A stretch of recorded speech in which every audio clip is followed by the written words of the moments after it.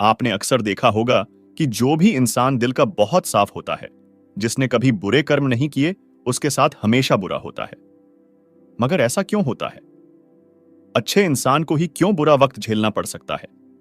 अधिकतर लोगों को इसके पीछे का रहस्य नहीं पता होगा। इसलिए आज हम आपको बताने जा रहे हैं कि ऐसा क्यों होता है।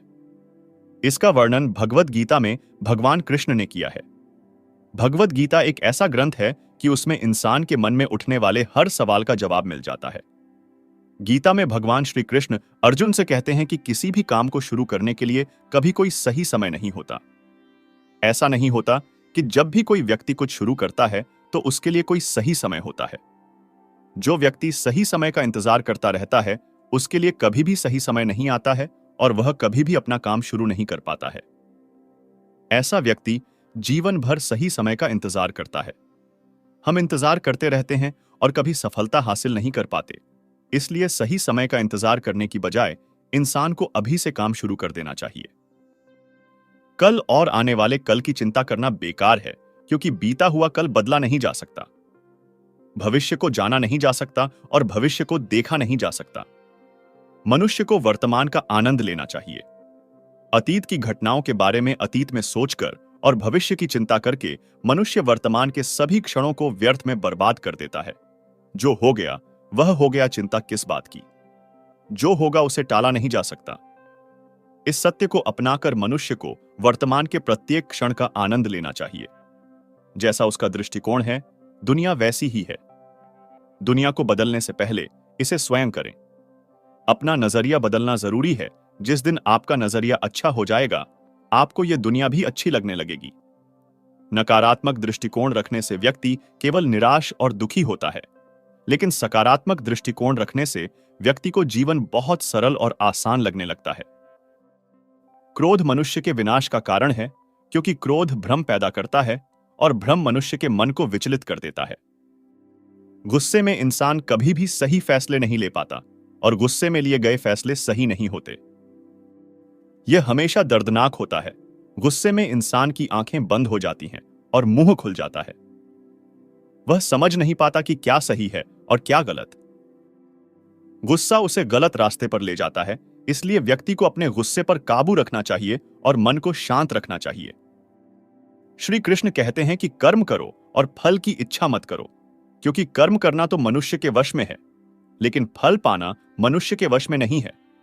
यदि मनुष्य सच्चे मन से कर्म को धर्म मानकर कर्म कर रहा है, तो एक दिन उसे कर्म का फल जरूर मिलता है। जो व्यक्ति फल की इच्छा से कर्म करता है, वह सुख और दुख के जाल में फंस जाता है, क्योंकि जब मनुष्य को अपने कर्म का फल नहीं मिल पाता है, तो दुख उसे घेर लेता है। सबसे पहले परिणाम की चिंता करके इंसान अपना काम बंद कर देता है। सही ढंग से वह कार्य करने में सक्षम नहीं होता है, लेकिन जो व्यक्ति परिणाम की चिंता किए बिना कार्य करता है, उसे फल अवश्य मिलता है और वही व्यक्ति बुद्धिमान होता है। कृष्ण कहते हैं कि मन वह है जिसके बारे में हम सुनते हैं लेकिन कभी देख नहीं सकते, क्योंकि मन हमारे शरीर का एक शक्तिशाली अदृश्य हिस्सा है। मन ही मनुष्य में विभिन्न प्रकार की भावनाएं उत्पन्न करता है और मनुष्य उसी के अनुसार व्यवहार करता है। दिमाग इंसान को अपने जाल में इस कदर फंसा कर रखता है कि इंसान कितनी भी कोशिश कर ले, अपने दिमाग पर काबू नहीं कर पाता। मन बहुत शक्तिशाली है। यह व्यक्ति को अपने वश में रखता है और उसकी इच्छाओं को हमारे मन में दबाकर रखता है। मन व्यक्ति को जीवन के अंत तक अपने जाल से बाहर नहीं निकलने देता। इसका कारण यह है कि मनुष्य सदैव जीवन की माया में व्यस्त रहता है। प्रत्येक मनुष्य की आत्मा में ईश्वर का प्रकाश है और उस ईश्वर का साक्षात्कार करने के लिए मनुष्य को अपने मन पर नियंत्रण रखना चाहिए। एक बार जब मनुष्य मन पर नियंत्रण करने में सफल हो जाता है, तो वह आसानी से जीवन के भ्रम से दूर हो जाता है। मनुष्य का शरीर नाशवान है, उसका कोई अस्तित्व नहीं है, परंतु मनुष्य की आत्मा अविनाशी है। आत्मा कभी नहीं मरती, वह सदैव अमर रहती है। न तो कोई हथियार आत्मा को मार सकता है और न ही कोई हथियार इंसान को मार सकता है। मृत्यु के बाद शरीर 5 तत्वों में विलीन हो जाता है, लेकिन आत्मा फिर से नए शरीर में जन्म लेती है। इस प्रकार जिस व्यक्ति ने जीवन के सत्य को समझ लिया है कि आत्मा कभी नहीं मरती है, वह व्यक्ति कभी भी किसी की मृत्यु का आनंद नहीं लेता है, क्योंकि वह जानता है कि केवल शरीर मरा है, आत्मा जीवित है। शरीर के नष्ट होने के बाद आत्मा फिर से जीवित हो जाएगी। दूसरे शरीर का रूप कोई व्यक्ति जो कार्य कर रहा है वह पाप है या पुण्य, यह उसके कार्य को देखकर नहीं कहा जा सकता कि कोई व्यक्ति कौन सा कार्य कर रहा है। जिस भावना से कोई व्यक्ति कुछ करता है वह उस व्यक्ति के कार्य को पाप या पुण्य के रूप में परिभाषित करती है। उदाहरण के लिए, एक व्यक्ति पैसे के लालच में किसी को मार डालता है, जबकि दूसरा व्यक्ति किसी की जान बचाने के लिए किसी दुष्ट व्यक्ति को मार देता है। यहां दोनों व्यक्तियों द्वारा किसी की हत्या कर दी गई है। दोनों के कर्म बराबर हैं, लेकिन दोनों का कर्म पाप में भाग लेना नहीं है। जो व्यक्ति डकैती के उद्देश्य से हत्या करेगा उसका कर्म पाप में भाग लेना होगा, लेकिन किसी की जान बचाने के उद्देश्य से किसी दुष्ट व्यक्ति द्वारा की गई हत्या पाप की श्रेणी में नहीं आएगी। जिन चीजों के लिए व्यक्ति जीवन भर संघर्ष करता है, जिनके लिए वह अपने ही लोगों से विद्रोह करता रहता है, जिन्हें पाने के लिए वह सब कुछ करता है, इनमें से कोई भी चीज मौत का कारण बन सकती है। इसलिए प्रत्येक व्यक्ति को जीवन के इस सत्य को अपनाकर संतुष्ट रहना चाहिए। स्वयं पर विश्वास व्यक्ति को शक्तिशाली बनाता है। आपकी सफलता आपके अपने विश्वास पर निर्भर करती है। अगर इंसान को खुद पर भरोसा हो तो वह हर मुश्किल काम कर सकता है। स्वयं पर विश्वास से मनोबल बढ़ता है और व्यक्ति अपने लक्ष्य को प्राप्त करने के लिए दृढ़ संकल्पित हो पाता है। खुद पर विश्वास रखकर अगर व्यक्ति किसी काम में लग जाए तो उसे उस काम को करने में आनंद भी आता है और सफलता भी जरूर मिलती है। आज दुनिया के इंसान अलग अलग धर्मों में बंटे हुए हैं और धर्म और संप्रदाय के नाम पर एक दूसरे के विरोधी हैं, लेकिन उन्हें यह नहीं पता कि दुनिया में भगवान के कई रूप हैं और उनमें कोई छोटा नहीं है। भगवान का हर रूप एक समान है। जिस प्रकार हर नदी अंत में सागर में मिलती है, उसी प्रकार हर धर्म की धाराएं ईश्वर के सागर में एकत्रित होती हैं। इस संसार का रचयिता एक ही परमपिता है, इसलिए प्रत्येक मनुष्य को, चाहे वह किसी भी धर्म या जाति का हो, एकजुट होकर ईश्वर की आराधना करनी चाहिए। जो व्यक्ति कर्म और ज्ञान को अलग अलग समझता है वह अज्ञानी है। एक ज्ञानी व्यक्ति के लिए कर्म और ज्ञान दोनों एक समान हैं, क्योंकि कर्म के बिना ज्ञान का कोई अर्थ नहीं है। गीता कहती है कि पढ़ने से ज्ञान प्राप्त नहीं होता, मनुष्य को अनुभव करना पड़ता है और अनुभव करने के लिए कर्म करना आवश्यक है। इस प्रकार कर्म करने से ज्ञान का अनुभव होता है। संसार में सबसे बड़ा धर्म अपना कर्तव्य निभाना है। जो व्यक्ति अपने कर्तव्यों को अच्छी तरह से निभाता है उसे सुख और मानसिक शांति मिलती है।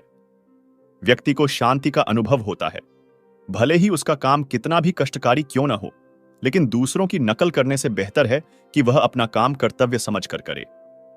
कर्तव्य उस व्यक्ति को बेहतर बनाता है जो कामी स्वभाव का होता है और उसके मन में लालच होता है, और जो अत्यधिक क्रोधी स्वभाव का होता है उसके लिए नरक के दरवाजे हमेशा खुले रहते हैं। यानी ऐसे व्यक्ति को केवल नरक में ही जगह मिलती है। भगवान श्री कृष्ण ब्रह्मांड के निर्माता हैं। वे इस दुनिया की शुरुआत थे, वे मध्य हैं और वे सभी मनुष्यों के लिए अंत होंगे। वह कुछ चाहता है लेकिन उसे सब कुछ नहीं मिल पाता। जो आपको नहीं मिला उसके लिए पछतावा मत करो, और जो आपसे खो गया या जो आपसे अलग हो गया उसके लिए निराश मत हो। हर व्यक्ति श्री कृष्ण से जुड़ता है और श्री कृष्ण हर व्यक्ति से जुड़ते हैं। वही हमारा एक आरंभ, एक मध्य और एक अंत है। यदि आज दुख है तो कल सुख भी होगा, और सुख के बाद दुख होना स्वाभाविक है, क्योंकि सुख और दुख एक ही सिक्के के पहलू है। आपको अपना जीवन पूरे धैर्य और श्री कृष्ण में विश्वास के साथ जीना चाहिए। जो जैसा बोएगा वो वही काटेगा। अपने कर्मों का फल इंसान को निश्चित रूप से मिलता है, बस सही समय का इंतजार करना होता है।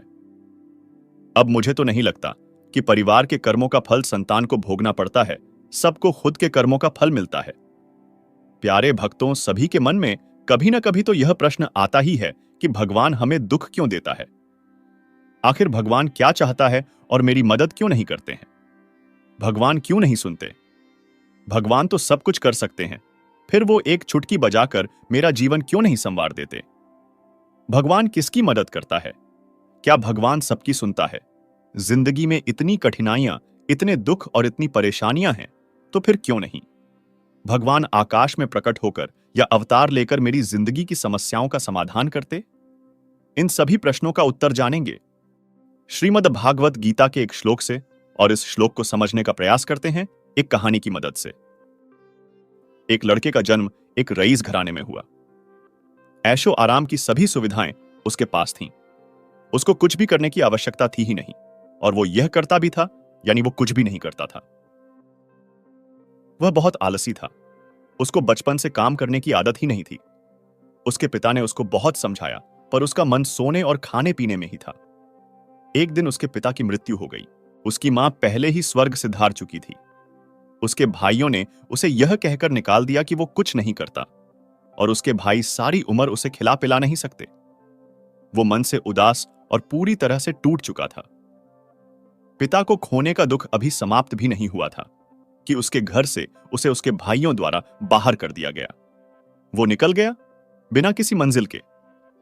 रास्ते में चलते चलते उसको बहुत भूख सताई। वो एक आम के बगीचे में पहुंचा। उसने देखा कि आसपास कोई भी मौजूद नहीं है। बगीचे की रखवाली करने वाला माली एक पेड़ के नीचे गहरी निद्रा में सो रहा था, तो उसने आम तोड़कर खाने शुरू कर दिए। अब अगर वैसे देखा जाए तो थी तो यह चोरी ही, पर आलसी व्यक्ति को इसमें कुछ भी गलत नहीं लगा। अभी उसने 2 आम छके ही थे कि तभी बगीचे के माली ने उसे देख लिया। माली उसके पीछे डंडा लेकर भागने लगा, और आलसी व्यक्ति ने माली के हाथ में छड़ी देखी और वो भाग निकला जंगल की ओर। जंगल बहुत ही घना था। इतने बड़े जंगल में जंगली और खतरनाक जानवरों का होना स्वाभाविक था, और आलसी व्यक्ति ने सुबह से केवल 2 आम ही खाए थे। वो भूख से तड़प रहा था। उसने देखा कि जंगल में कुत्ता है। उसने देखा कि उस कुत्ते की 2 टांगे हैं। वो कुत्ता धीरे धीरे 2 टांगों पर चल पाता था। आलसी व्यक्ति उस कुत्ते को देखकर समझ नहीं पाया कि यह कुत्ता जंगली जानवरों के बीच जीवित कैसे रह गया, क्योंकि वह तो बेचारा चल भी नहीं पाता था। इस परिस्थिति में इस कुत्ते का जीवित रहना अपने आप में किसी अजूबे से कम नहीं था। आलसी व्यक्ति यह सब सोच ही रहा था कि उसने एक शेर की दहाड़ने की आवाज को सुना, और आलसी व्यक्ति इस दहाड़ को सुनकर घबरा गया। आलसी व्यक्ति ने आगे की ओर नजर डाली और देखा कि एक शेर उस आलसी व्यक्ति की ओर चला आ रहा है। यह देखकर आलसी व्यक्ति के होश उड़ गए। वह घबराकर एक पेड़ के ऊपर चढ़ गया। पेड़ के ऊपर से आलसी व्यक्ति ने देखा कि अब शेर चला आ रहा है कुत्ते की ओर। शेर के मुंह में एक मांस का टुकड़ा था। शेर के डर से सभी जानवर भागकर कहीं छुप गए, पर वो 2 टांग वाला कुत्ता सक्षम नहीं था भागने को। वो बेचारा तो ठीक से चल भी नहीं पा रहा था। भागना तो बहुत दूर की बात है। आलसी व्यक्ति ने भगवान से प्रार्थना करनी शुरू कर दी।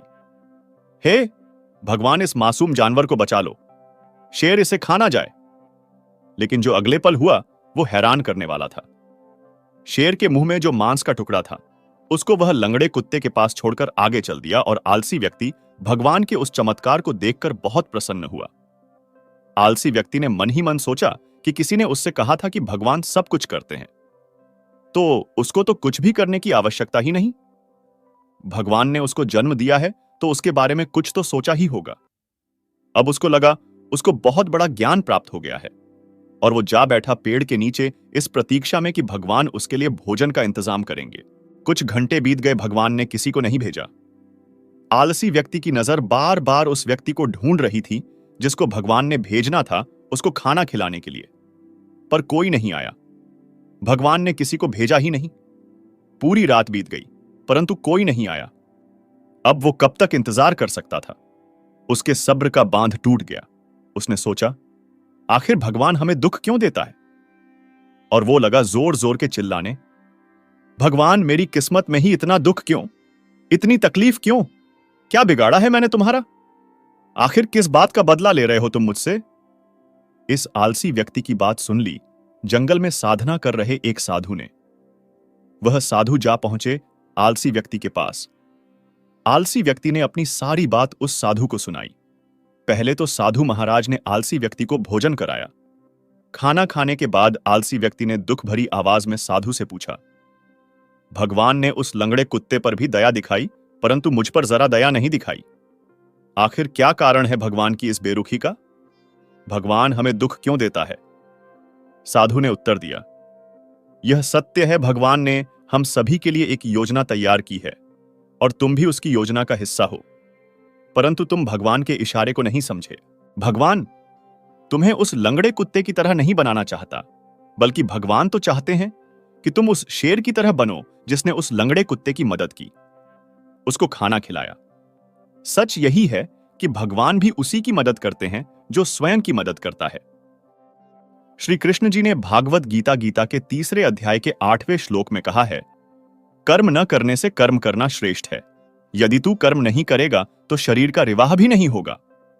भगवान हमें दुख क्यों देता है? भक्तों, सच यही है कि अर्जुन को भी अपना युद्ध स्वयं लड़ना पड़ा था। हां, भगवान अपने भक्तों की मदद जरूर करते हैं। कर्म तो भक्त को ही करना होगा, जैसे अर्जुन ने अपना कर्म स्वयं किया था। मित्रों, किसी भी प्रश्न का हल हमें तब तक नहीं मिलता जब तक हम चिंता करते हैं, दुखी होते हैं, दूसरों को कोसते हैं, तब तक हमें किसी भी प्रश्नों का उत्तर नहीं मिल सकता। अगर हमें किसी प्रश्न का उत्तर चाहिए तो सबसे पहले अपने आप को शांत करना होगा। अपने दिमाग से सारी नकारात्मक सोच को बाहर निकलना होगा, तब हमें सारी बातें समझ में आएंगी। रही बात भगवान के दुख देने की, तो इस प्रश्न का उत्तर कितना सरल है। जब हम सबसे ज्यादा खुश हुआ करते थे, जब हमारे जीवन में किसी चीज की कमी नहीं रहती है, हम औरों से ज्यादा सुखी रहते थे, तब क्या आपने किसी और को बुलाकर अपना सुख बांटा? तब क्या हमने किसी और को खुशी और सुख देने का प्रयास किया? नहीं, हमने ऐसा नहीं किया। जब हम सबसे ज्यादा सुखी थे, तब हमने किसी के साथ अपनी खुशियां नहीं बांटी। उस समय हमने भगवान को भी याद नहीं किया। जब बारी दुख की आई, तब हमने भगवान को याद किया, उनसे शिकायत की। जब हमने ही सब कुछ किया है, सुख भी हमने ही भोगा है, सारी खुशियां भी हमने ही भोगा है, तो आपका दुख भोगने कोई दूसरा व्यक्ति कैसे आ सकता है? दुख भी आपको ही भोगना पड़ेगा। इंसान का स्वभाव ही कुछ ऐसा है कि सुख में किसी को याद नहीं करता और दुख में सबसे ज्यादा भगवान को याद करता है। हम चाहे जितने भी बड़े क्यों ना बन जाए, इंसान को अपना वास्तविक स्वभाव नहीं भूलना चाहिए जो भगवान ने हर इंसान को दिया है। जब तक हमें दुख का पता नहीं चलेगा, तब तक हमें सुख का अनुभव नहीं हो सकता। हम जान ही नहीं सकते सुख कैसा होता है। हमें मिलने वाले सुख या दुख का कारण भगवान नहीं अपितु हम ही हैं। हमारे कर्म ही हमें सुख दुख देते हैं। कर्म सकाम व निष्काम होते हैं। सकाम कर्म यानी ऐसे कर्म जिनके बदले में हम कुछ भौतिक सुख सुविधाएं चाहते हैं। ऐसे कर्मों का फल सुख दुख के रूप में मिलता है। निष्काम कर्म वह हैं जिनके बदले हम केवल भगवान को प्राप्त करना चाहते हैं। ऐसे कर्मों का फल भगवत प्राप्ति के रूप में मिलता है। अब बात आती है कि ज्यादा पूजा पाठ करने वाले ही दुखी क्यों रहते हैं? इसका सीधा सा उत्तर यह है कि ज्यादा पूजा पाठ करने वाला भक्ति के स्वरूप को नहीं समझने के कारण पूजा पाठ तो करता है, लेकिन वह अनजाने में सकाम पूजा ही करता है, जिसका फल उसे सुख दुख के रूप में ही मिलता है। ज्यादा पूजा पाठ करने वाला बेशक ज्यादा पूजा पाठ या भक्ति करता हुआ नजर आता है, लेकिन वह कर्मकांड को ठीक से नहीं करना जानता है। ऐसे में गलती पर गलती करता जाता है। बेशक वह कहता है कि वह कुआं खोदने की बात करता है, लेकिन असल में वह खाई ही खोद रहा होता है। वह यह तो कहता है कि वह बहुत सारी दुनिया भर की पूजा पाठ या मेहनत कर रहा है, लेकिन असल में तो वह अपनी मेहनत बेकार ही कर रहा होता है। बेशक ऐसा करने में उसका सारा परिश्रम निष्फल चला जाता है। तो एक बात तो यह हुई कि सकाम कर्मों का फल सुख या दुख के रूप में मिलता है। हो सकता है कि उसके पूर्व कर्मों की वजह से उसकी जिंदगी में दुख बहुत लिखे हों और पूजा पाठ से बेशक कम हुए हों, लेकिन फिर भी आप यही सोच रहे हो कि भगवान हमें इतनी पूजा पाठ के बाद भी दुख ही दे रहे हों। और दूसरी बात यह है कि आप गलत तरीके से या बिना विधि विधान के जाने ही पूजा पाठ कर रहे हो। आप बेशक अत्यधिक पूजा पाठ कर रहे हो, लेकिन उनका प्रभाव उल्टा या निष्फल हो रहा हो। लगता है यहां तक आपको सब समझ आ गया होगा। अब मित्रों, हम कितने भी पूजा पाठ कर ले, अगर हमारा मन शुद्ध नहीं होगा तो उसका फल हमें कैसे मिलेगा? आप ही सोचो। इसलिए पूजा पाठ करने से ज्यादा हमें यह ध्यान रखना चाहिए कि हमारे कर्म अच्छे हो और हमारा मन शुद्ध हो। बस ऐसे में ही भगवान हमें मिल जाएंगे। भगवान पूजा पाठ करने वालों को नहीं देखते, भगवान तो भक्त का मन देखते हैं। बस वह पवित्र होता तो अपने आप ही सब सही होगा, क्योंकि आखिर में तो हमें कर्मों का फल ही मिलता है। अगर हम अच्छे कर्म करेंगे तो भगवान भी हमारा साथ देंगे, और अगर हम यह सोचे कि हम कर्म भी बुरे करें और भगवान भी हमारा ही साथ दे, तो ऐसा कभी भी नहीं होगा। इस गलतफहमी में कभी भी नहीं रहना चाहिए। कई बार भक्त पर भगवान की विशेष कृपा होती है, जिसके फलस्वरूप भगवान प्रयास करते हैं कि आपके प्रारब्ध का फल इसी जन्म में या एक ही बार में कट जाए। ऐसे में वे आपसे ज्यादा पूजा पाठ भी करवा सकते हैं, क्योंकि फल तो कर्म करने से ही मिलेगा। ऐसे में आपको इसे दूसरे दृष्टिकोण से समझना होगा। इसे आप भगवान की कृपा ही समझिए। कई बार जीवन के अंत में या मृत्यु के समय आपको भगवान अत्यधिक कष्ट भी दे सकते हैं। असल में वो कष्ट तो आपके कर्मों के ही होते हैं, लेकिन उन कष्टों को भगवान इस तरह से व्यवस्थित कर देते हैं कि अंत समय कष्टों की वजह से केवल भगवान का नाम ही याद रहे, ना कि किसी सगे संबंधी या भौतिक विषय वस्तु का। और मृत्यु के समय हमारा जो भाव होता है, हम उसी को प्राप्त करते हैं। ऐसे में भगवान की याद बनी रहने से ईश्वर आपके लिए भगवत धाम का रास्ता खोल देते हैं। तो ऐसे में यह न कहे कि भगवान ने उन्हें इतने कष्ट दिए, वो तो इतना पूजा पाठ करते थे। क्योंकि सबकी खुद के कर्मों का फल है। अब इसमें कोई फर्क नहीं पड़ता कि हम कितना पूजा पाठ करते हैं और को कितना पूजा पाठ नहीं करते हैं। अब भले ही हम रात दिन पूजा पाठ करें, सारे दिन बस भगवान को ही याद करें, पर अगर हम कर्म बुरे करें, लोगों को सताए, तो सोचो भगवान आपका साथ कहां देंगे। भगवान आपका साथ कभी नहीं देंगे। भगवान आपका साथ आपके कर्मों को देखकर ही देते हैं, आपकी पूजा पाठ को देखकर नहीं। भक्ति जितनी प्रबलता से दुख में होती है, उतनी प्रबलता से सुख में हो ही नहीं सकती। संसार में ममता छूटना, आशा छूटना, मोहनाश आदि सब दुखदायी परिस्थिति में ही होते हैं। सुख में तो ममता, आशा, मोह, कामनाएं आदि केवल बढ़ते हैं और हम भगवान से विमुख ही होते हैं।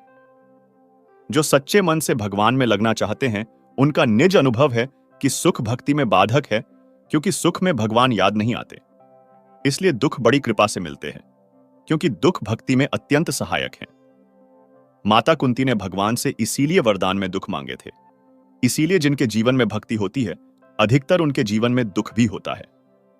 परंतु इसका अर्थ यह नहीं कि हम दुखों के डर से भक्ति ही ना करें। जो दुख भक्त झेलता है, वह तो उसे वैसे भी झेलने ही पड़ेंगे, आज नहीं तो कल, इस एक जन्म में या अगले कई जन्मों में। भगवान कोई नए दुख अपने पास निर्माण करके तो देते नहीं, बल्कि भक्ति करने से वे बड़े बड़े भयंकर दुख भी छोटे रूप में सहज ही पार हो जाते हैं। सच्चा भक्त तो दुखों से दुखी होता ही नहीं। हमें भले ही दिखे कि उसकी परिस्थिति दुखदाई है, परंतु वास्तविकता में वह मन से निश्चिंत हो भगवान की गोद में बैठा होता है। ऐसे में यह कभी नहीं सोचना चाहिए कि भक्ति करने से दुख मिलेंगे तो भक्ति ही नहीं करेंगे। इस जन्म में नहीं तो आगे किसी जन्म में, क्योंकि हमारा वास्तविक लक्ष्य, वास्तविक मांग तो भक्ति ही है। इस जन्म में ही भक्त बन जाएं तो आगे के जन्मों में आने वाले न जाने कितने ही दुखों कष्टों से बच जाएंगे। अधिकांशतः लोग भूतकाल के दुख से पीड़ित होते हैं, जबकि भूतकाल जा चुका है। वे उससे सबक लेने के बजाय बीते काल के दुखड़े को लेकर ही रोते रहते हैं, जिससे वर्तमान समय की शक्ति को वह क्षीण कर भविष्य बिगाड़िया लेते हैं। कहते हैं, संसार में कोई भी मनुष्य इतना भाग्यवान नहीं है जिसकी किस्मत में हमेशा सुख ही सुख पाना लिखा हो। भगवान की अनोखी व्यवस्था है कि प्रत्येक व्यक्ति को इस संसार में सुख दुख दोनों को ही भोगना पड़ता है। फर्क सिर्फ इतना है कि पूर्व जन्मों के कर्मानुसार एक व्यक्ति के खाते में सुख के पल, दुख के क्षणों से कुछ ज्यादा जमा होते हैं। हर व्यक्ति के एक से दिन कभी नहीं होते। आज जो दुखी है वह कल सुखी होगा, जो आज सुखी है वह कल अपने पूर्व जन्म के कर्म द्वारा दुखी भी हो सकता है। क्योंकि सुख और दुख रथ के पहियों की तरह घुमा करते हैं। अब व्यक्ति को चाहे दुख आए या सुख, दोनों को सहन करना चाहिए। दुख है तभी सुख के महत्व का पता चलता है। अगर जीवन में सुख ही सुख मिले तो मानव अपनी प्रवृत्ति अनुसार सुख से भी मुंह मोड़ ले। संसार दुखों की खान है। जो भी इस नश्वर संसार में जन्म लेता है, उसे दुख तो सहना ही पड़े डेढ़ेगा। कहा जाता है कि सांसारिक दुख पृथ्वी लोक पर जन्म लेने का टैक्स है, जिसे सबको चुकाना ही पड़ता है। ऋषियों, महर्षियों, महापुरुषों, यहां तक कि भगवान के अवतारों को भी पृथ्वी पर जन्म लेने के साथ दुख भी सहना पड़ा। श्री कृष्ण जी का जन्म जेल की काल कोठरी में हुआ।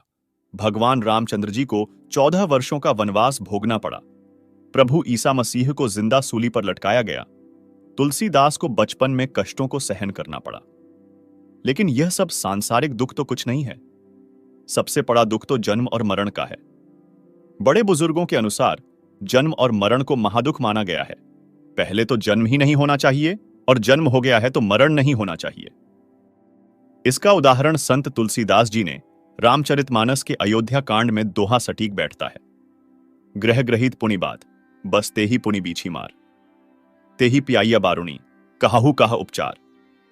अर्थात एक तो गृहस्थी का बोझ ऊपर से ग्रहों से ग्रसित हो और साथ में वायु रोग हो और उस पर बिच्छू ने काट लिया हो। ऐसी परिस्थिति में किसी की सलाह पर उसे मदिरा पान करा दिया जाए तो ऐसी गंभीर परिस्थिति में क्या उपचार हो सकता है? देखा जाए तो सुख और दुख की तात्विक परिभाषा बहुत जटिल है, क्योंकि दोनों सापेक्ष है। प्रत्येक मनुष्य की सुख और दुख की अनुभूति भी सापेक्ष है।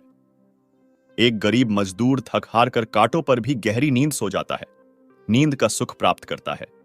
दूसरी तरफ अमीर सेठ जी को नरम नरम गुदगुदे गद्दे पर खटमल के काटने से चैन की नींद नहीं आती। कुछ लोग इच्छाओं की पूर्ति को ही सुख का दर्जा देते हैं। कुछ के लिए तृष्णा एवं वासनाओं की पूर्ति ही जीवन का सुख है। कुछ लोग इंद्रियों के संयोग से प्राप्त होने वाले सुख को प्रधानता प्रदान करते हैं। साधारण व्यक्ति सांसारिक लौकिक सुख पाकर प्रसन्न होता है, लेकिन एक योगी सांसारिक सुख की अनुभूति को तुच्छ मानता है। भौतिक जगत में दुख तो सभी को भोगना पड़ता है, चाहे कोई सांसारिक व्यक्ति है या कोई संत महापुरुष। दुनिया के सभी कष्ट पाप का परिणाम है, जो अंत में बुराई उत्पन्न करते हैं। यदि संसार में पाप न होता तो दुख भी न होता। मैं जानता हूं कि इससे ज्यादा आराम नहीं मिलता, खासकर यदि आप इस समय पीड़ित हैं। लेकिन यह सच है, हमारी दुनिया की पापपूर्ण स्थिति एक व्यक्ति के पाप का परिणाम है। ईश्वर कष्ट की अनुमति देता है, फिर आपको आराम देता है और आपको इससे बाहर निकालता है, ताकि आप बदले में किसी और को आराम दे सकें। हम जिस पतित संसार में रहते हैं, उसकी वास्तविकता यह है कि लोगों को कष्ट सहना पड़ेगा। विश्वासियों के रूप में यदि आपने कभी इसका अनुभव नहीं किया है, तो आप किसी और के दर्द को कैसे पहचान और समझ सकते हैं? क्या यह संभव है कि जो दर्द आप अनुभव करते हैं और उसके माध्यम से आप जो ईश्वर की वफादारी का ज्ञान प्राप्त करते हैं, उसका कोई उद्देश्य हो?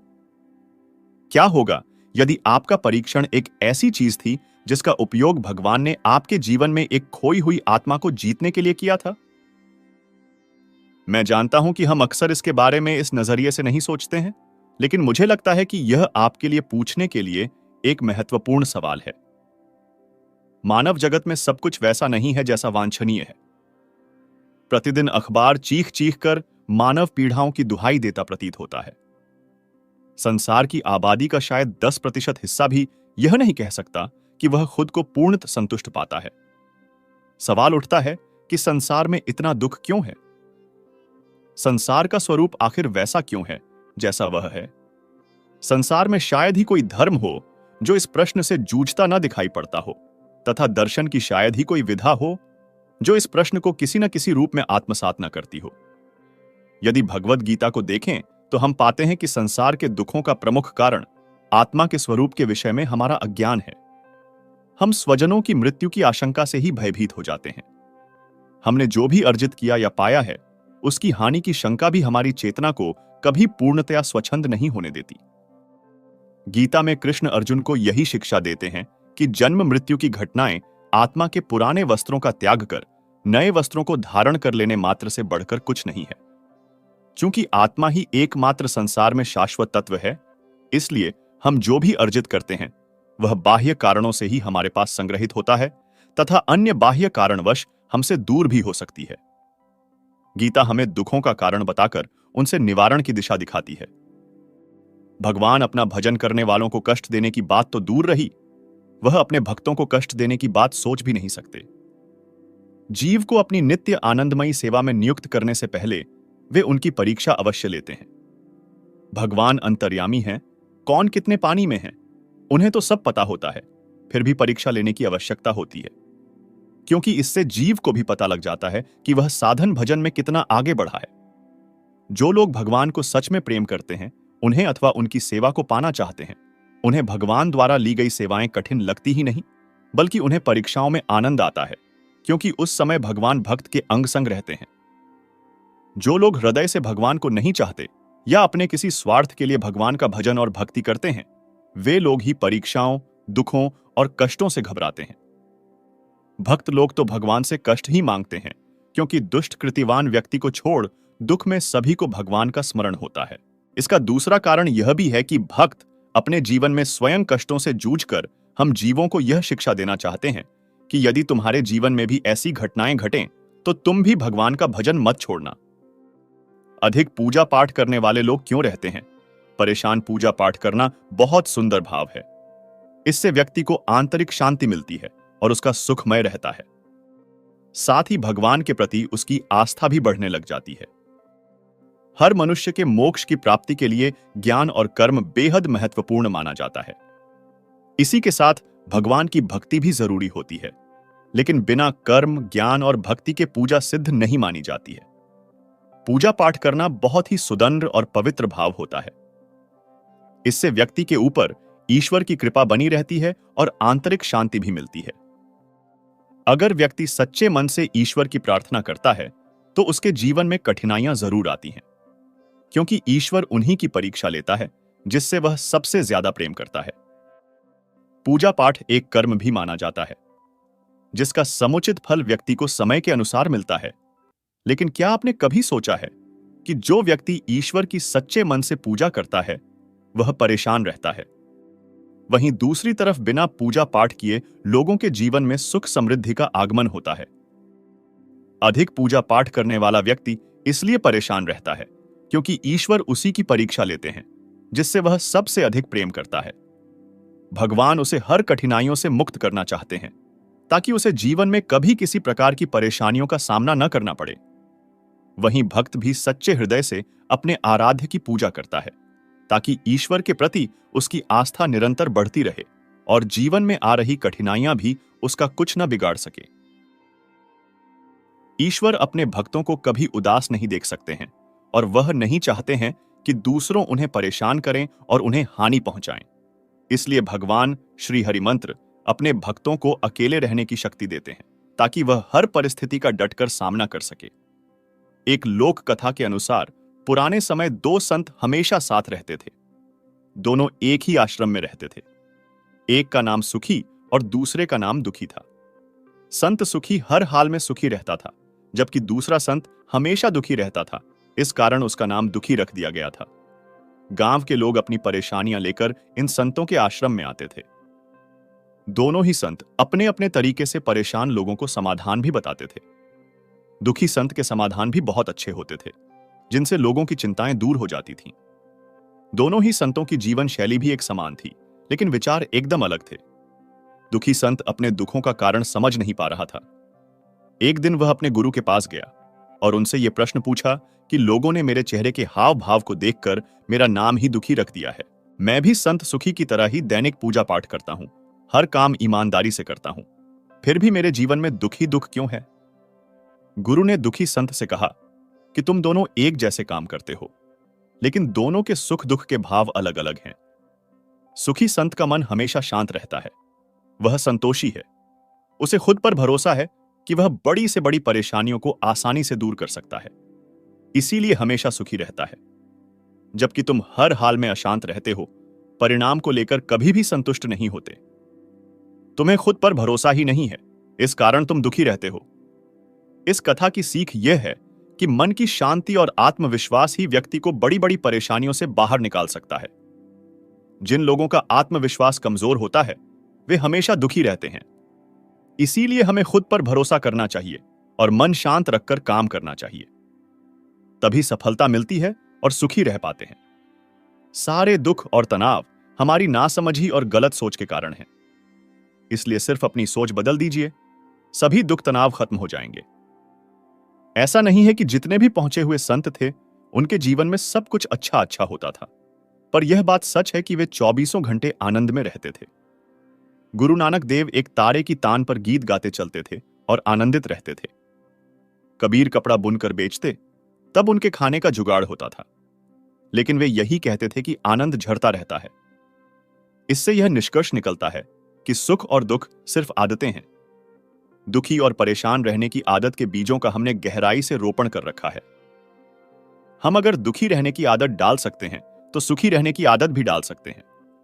एक प्रयोग करें और तुरंत उसका परिणाम देख सकते हैं। हर रोज सुबह उठते ही आने जाने वाली सांसों को हृदय से स्वीकार करके खुद को आनंद के भाव से भर लीजिए।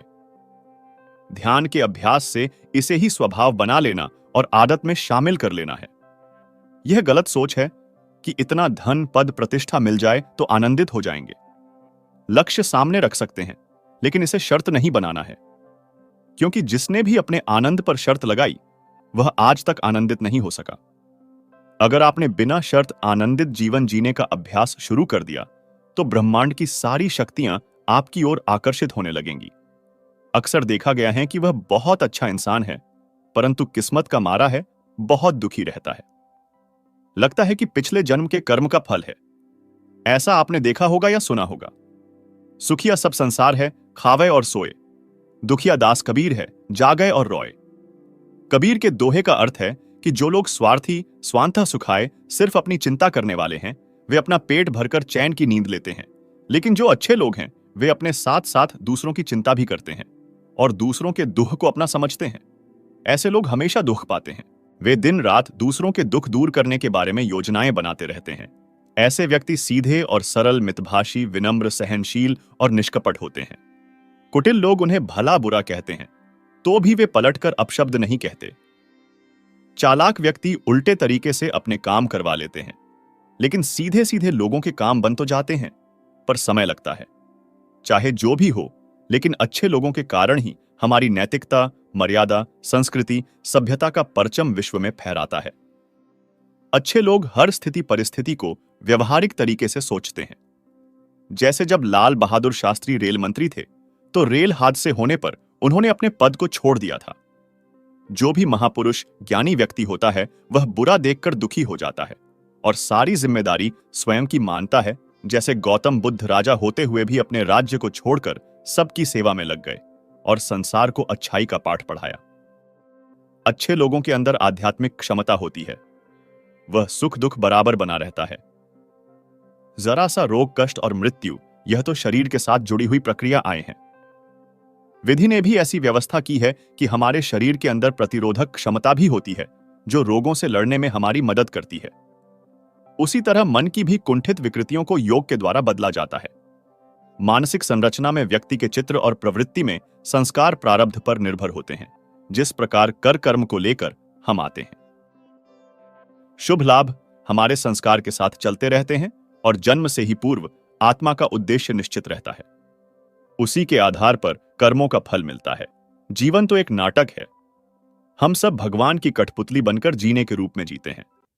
किस्मत की मार बहुत बार अच्छे लोग किस्मत के सामने हार जाते हैं। वो जो चाहते हैं उन्हें कभी नहीं मिलता, हालांकि वो परेशानियों से लड़ना जानते हैं। सफलता कैसे मिलनी है उन्हें पता है और इस तरह की परेशानी से निकलना भी जानते हैं, लेकिन उनकी भावनाएं कोई समझ नहीं पाता।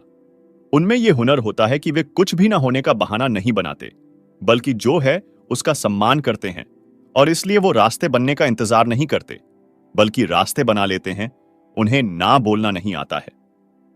अच्छे इंसान आपको कभी किसी चीज के लिए ना नहीं बोलते हैं, चाहे उसके लिए उन्हें कितनी भी मेहनत करनी पड़े। वे हमेशा दूसरों की मदद करने के लिए तैयार रहते हैं। इसी कारण लोग उनसे काम निकलवाने के लिए नहीं सोचते हैं। आप चाहे उनके काम आए या ना आए, वो आपके काम जरूर आते हैं। इससे यह होता है कि वो खुद भी कभी कभी मुसीबत में पड़ जाते हैं। किसी पर भी जल्दी भरोसा कर लेना। जो इंसान किसी पर भी जल्दी भरोसा कर लेते हैं उन्हें हमेशा लोगों से धोखा ही मिलता है, मगर फिर भी वो आपको धोखा देने के बारे में नहीं सोचते हैं, बल्कि धोखे के बावजूद भी वो आपकी हमेशा मदद करते हैं। इसलिए आज के जमाने में इंसान को आंख बंद करके किसी पर भी भरोसा नहीं करनी चाहिए, वरना उन्हें दुख के अलावा और कुछ नहीं मिलेगा। दूसरों को कभी दुख नहीं पहुंचाते। अच्छे लोग दुख का मतलब जानते हैं, इसलिए वो सोचते हैं कि कभी किसी को हर्ट ना करें। हालांकि उनके लिए भी लोग यही सोचे ऐसा जरूरी नहीं होता है। जो लोग सिर्फ अपने बारे में सोचते हैं वो दूसरों को हर्ट करने से पहले एक बार भी नहीं सोचते हैं। जो इंसान अच्छे होते हैं वो इस बात का ध्यान जरूर रखते हैं कि उनकी किसी बात का लोगों को बुरा ना लग जाए। साफ दिल के इंसान अपनी खुशी से पहले दूसरों की खुशी के बारे में सोचते हैं। अपनी जरूरतों को पूरा करने से पहले दूसरों की जरूरतों को पूरा करते हैं। अच्छे इंसान हमेशा आपको आगे बढ़ने की हिम्मत देते हैं, अपनी भावनाओं को नहीं दिखाना चाहते। सुख दुख एक सिक्के के दो पहलू होते हैं। जिस घटना के लिए हम दुखी हों, जरूरी नहीं कि सामने वाला उससे दुखी हो। यह एक मानसिक व शारीरिक अनुभूति है। जब व्यक्ति दूसरे के दुख से द्रवित होता है, तो वो उसे दूर करने की कोशिश करता है और यथासंभव उसकी मदद भी करता है। पर कई बार देखने में आता है कि व्यक्ति अच्छा होते हुए भी अचानक से सांसारिक कष्टों की चपेट में आ जाता है। तब वह स्वयं से प्रश्न पूछता है कि मैंने तो किसी के साथ गलत किया ही नहीं, फिर भी मेरे साथ ऐसा क्यों हो रहा है। तब उसे भगवान याद आते हैं और उसे अंतरात्मा से जवाब मिलता है, दुख में सुमिरन सब करें, सुख में करे न कोय। जो सुख में सुमिरन करे तो दुख काहे होए। जहां यथार्थवादी सोच के अनुसार व्यक्ति के कर्म उसके सुख दुख के जिम्मेदार होते हैं, तो वहीं अध्यात्मवादी सोच के अनुसार व्यक्ति के पूर्व जन्मों के कार्यों का लेखा जोखा ही सुख दुख का आधार है। अब प्रश्न है कि अच्छे लोग ही हमेशा दुख क्यों पाते हैं। तो इसका उत्तर साफ है कि वे ईमानदारी से अपने कार्यों का प्रतिफल स्वीकार करते हैं तथा बिना किसी लाभ के दूसरों की मदद करते हैं, जिससे उनके दुख वे स्वयं ले लेते हैं और परहित सरस धर्म नहीं भाई को चरितार्थ करते हुए सेवा भाव से कार्य करते हैं और बाहरी रूप से दुखी होकर भी मानसिक प्रसन्न रहते हैं। सुख दुख अपने कर्मों का लेखा है। सुख दुख एक सिक्के के दो पहलू है। यदि अच्छे लोगों को दुख हमेशा मिलता है तो सुख के भी भागीदार वही होंगे, चूंकि एक दूसरे के बिना अस्तित्वहीन है। ईश्वर दंड उसे देता है जिन्हें उन पर अटूट विश्वास है। दुख की घड़ी सहनशीलता और धैर्य की कड़ी परीक्षा है। होना दयालु स्वभाव के लोग दूसरों की मदद के लिए हमेशा तत्पर रहते हैं। इन्हें खुद के लिए कुछ करने से ज्यादा दूसरों के लिए कुछ करने में खुशी मिलती है। यही वजह होती है कि जहां जरूरत पड़ने पर ये हर किसी के काम आते हैं, वहीं इनकी एक खास बात यह होती है कि किसी की मदद करने के लिए ये अपनी जरूरतों को दरकिनार करने से भी पीछे नहीं हटते। पर इनके दुख का कारण यह नहीं होता, बल्कि सामने वाले का स्वार्थी रवैया होता है। वास्तव में देखें तो अपनी सीमाओं से बरहकर और अपनी परेशानियों को किनारे रखकर किसी की मदद करना ही इनके लिए दुख का कारण बन जाता है। ऐसे व्यक्तियों के लिए लोग यह मानकर चलते हैं कि ये हर वक्त उनके साथ ही होंगे और खुद से पहले उनके बारे में सोचेंगे। उनसे मदद की चाह रखने वाले लोग भले ही इनके लिए कुछ ना करें, लेकिन इनसे कभी भी ना नहीं सुनना चाहते। एक क्षेत्रीय कहावत है, करने की 100 शिकायत, ना करने की एक शिकायत। यही इन दयालु लोगों के साथ भी होता है। जब कभी किसी हालात में पेडीडी कर ये सामने वाले को गलती से भी कुछ करने के लिए ना कह दें या परिस्थितिवश मदद ना कर पाएं, तो सामने वाले व्यक्ति के मन में यह बात आ जाती है कि अब ये उनके काम नहीं आएंगे। नतीजा यह होता है कि वे उनकी बातों, सोच, निर्णयों को अनदेखा करना शुरू कर देते हैं। यही बात इन्हें दुखी करती है। आपको यह समझने की जरूरत है कि यह आपका बुरा रवैया नहीं है जिसके लिए आपको दुखी होना चाहिए या पछताना चाहिए, बल्कि यह सामने वाला का स्वार्थ है जो किसी की जरूरतों को समझें बिना हमेशा उसकी मदद लेना चाहता है। इसे समझते हुए आप पछतावे के भाव से निकल जाएं और अपनी प्राथमिकताओं के साथ चलें। बार बार ऐसा होना आपका दिल दुखाएगा और हो सकता है मदद करने के अपने स्वभाव को ही आप गलत मानने लगें, जबकि ऐसा नहीं है। इसलिए अपने दिल की सुने और अपने कड़ छावे अनुभवों का प्रभाव अपने स्वभाव पर ना आने दें। खुद की परवाह करना स्वार्थी बनना नहीं होता। दयालु लोगों में एक और जो बात होती है वह यह कि ये अपने लिए शायद ही कभी जी पाते हैं। इनकी प्राथमिकताओं में कभी परिवार, कभी रिश्तेदार, तो कभी दोस्त आ जाते हैं। कभी ये बच्चों के स्कूल भागते हैं, कभी परिवार के साथ छुट्टी मनाते हैं, तो कभी दोस्तों के खुशी गम में शरीक होते हैं। परिणाम यह होता है इनके पास खुद के लिए ही खाली समय नहीं होता कि अपने शौक पूरे कर सकें, क्योंकि इनका हर कदम दूसरों को खुश करने के लिए होता है। उसे पूरा करते हुए ये अपने सपनों को पूरा करने के लिए काम नहीं कर पाते। आपको अपनी इस सोच में थोड़ा सुधार लाने की आवश्यकता है। आपको यह समझने की जरूरत है कि खुद के लिए सोचना स्वार्थी बनना नहीं होता, और दूसरों के लिए सोचने का मतलब यह नहीं होता कि आप खुद के लिए बिल्कुल ना सोचें। स्वार्थ भाव से किसी की मदद करना और बात होती है, लेकिन स्वार्थ होने का अर्थ खुद की जरूरतों को भूल जाना नहीं होता। आपको याद रखना चाहिए कि भगवान ने हर इंसान को शरीर और मन दिया है। इसकी जरूरतों और खुशियों का ख्याल रखना हर व्यक्तिगत इंसान की जिम्मेदारी होती है। अपनी इस जिम्मेदारी को पूरा करना गलती नहीं हो सकती। हां, स्वार्थी होने और जिम्मेदार होने के बीच का फर्क अवश्य समझ लें। कभी ऐसा नहीं होना चाहिए कि अपना हित साधने के लिए किसी अन्य का बुरा किया जाए या समर्थ होते हुए भी जरूरत में किसी के काम ना आए तो यह स्वार्थ ही कहलाएगा। उम्मीद करना, तीसरी और एक बहुत जरूरी चीज जो है वह है उम्मीद रखना। आपने किसी की मदद इसलिए नहीं की ताकि वह बदले में आपकी भी मदद करे या आपको सम्मान दे या आपके बारे में सोचे। आपका दिल और दिमाग ऐसा करना सही मानता है, इसलिए आपने वह किया। फिर अगर बाद में आपके उस काम को पहचान या सम्मान नहीं मिला तो आपको दुखी नहीं होना चाहिए। आपके पास जो कुछ भी है उसे ज्यादा फैला के मत बताइए और ना ही दूसरे से ईर्ष्या कीजिए। जो दूसरों से ईर्ष्या करता है उसे मन की शांति नहीं मिलती। आप चाहे कितने भी पवित्र शब्द जान ले, आप चाहे कितने भी पवित्र शब्द बोले, लेकिन जब तक आप उन्हें अपने जीवन में नहीं उतारते उनका कोई लाभ नहीं। अगर आपका चित्त शांत है तभी आप इस ब्रह्मांड के प्रवाह को सुन पाएंगे, इसकी लय ताल को महसूस कर पाएंगे। खुशी इसका ताला है और ध्यान इसकी चाबी है। यदि आप समस्या का हल निकाल सकते हैं तो फिर चिंता क्यों करनी, और यदि समस्या का कोई समाधान नहीं तो फिर चिंता करने का कोई फायदा नहीं। कोई भी व्यक्ति बहुत ज्यादा बोलते रहने से कुछ नहीं सीख पाता। समझदार व्यक्ति वही कहलाता है जो धीरज रखने वाला, क्रोधित ना होने वाला निडर होता है। हर किसी के अंदर अपनी ताकत और अपनी कमजोरी होती है। मछली जंगल में नहीं तैर सकती और शेर पानी में राजा नहीं बन सकती, इसलिए अहमियत सभी को देनी चाहिए। कोई भी व्यक्ति अच्छे परिवार से या फिर उसके जाति में जन्म लेने से संत नहीं बन जाता। जिस व्यक्ति में सच्चाई और विवेक होता है वही धन्य है, वही संत है। दर्द हो तो यह आपके हाथ में नहीं है। हां, दुखी होना या ना होना आपके हाथ में अवश्य है।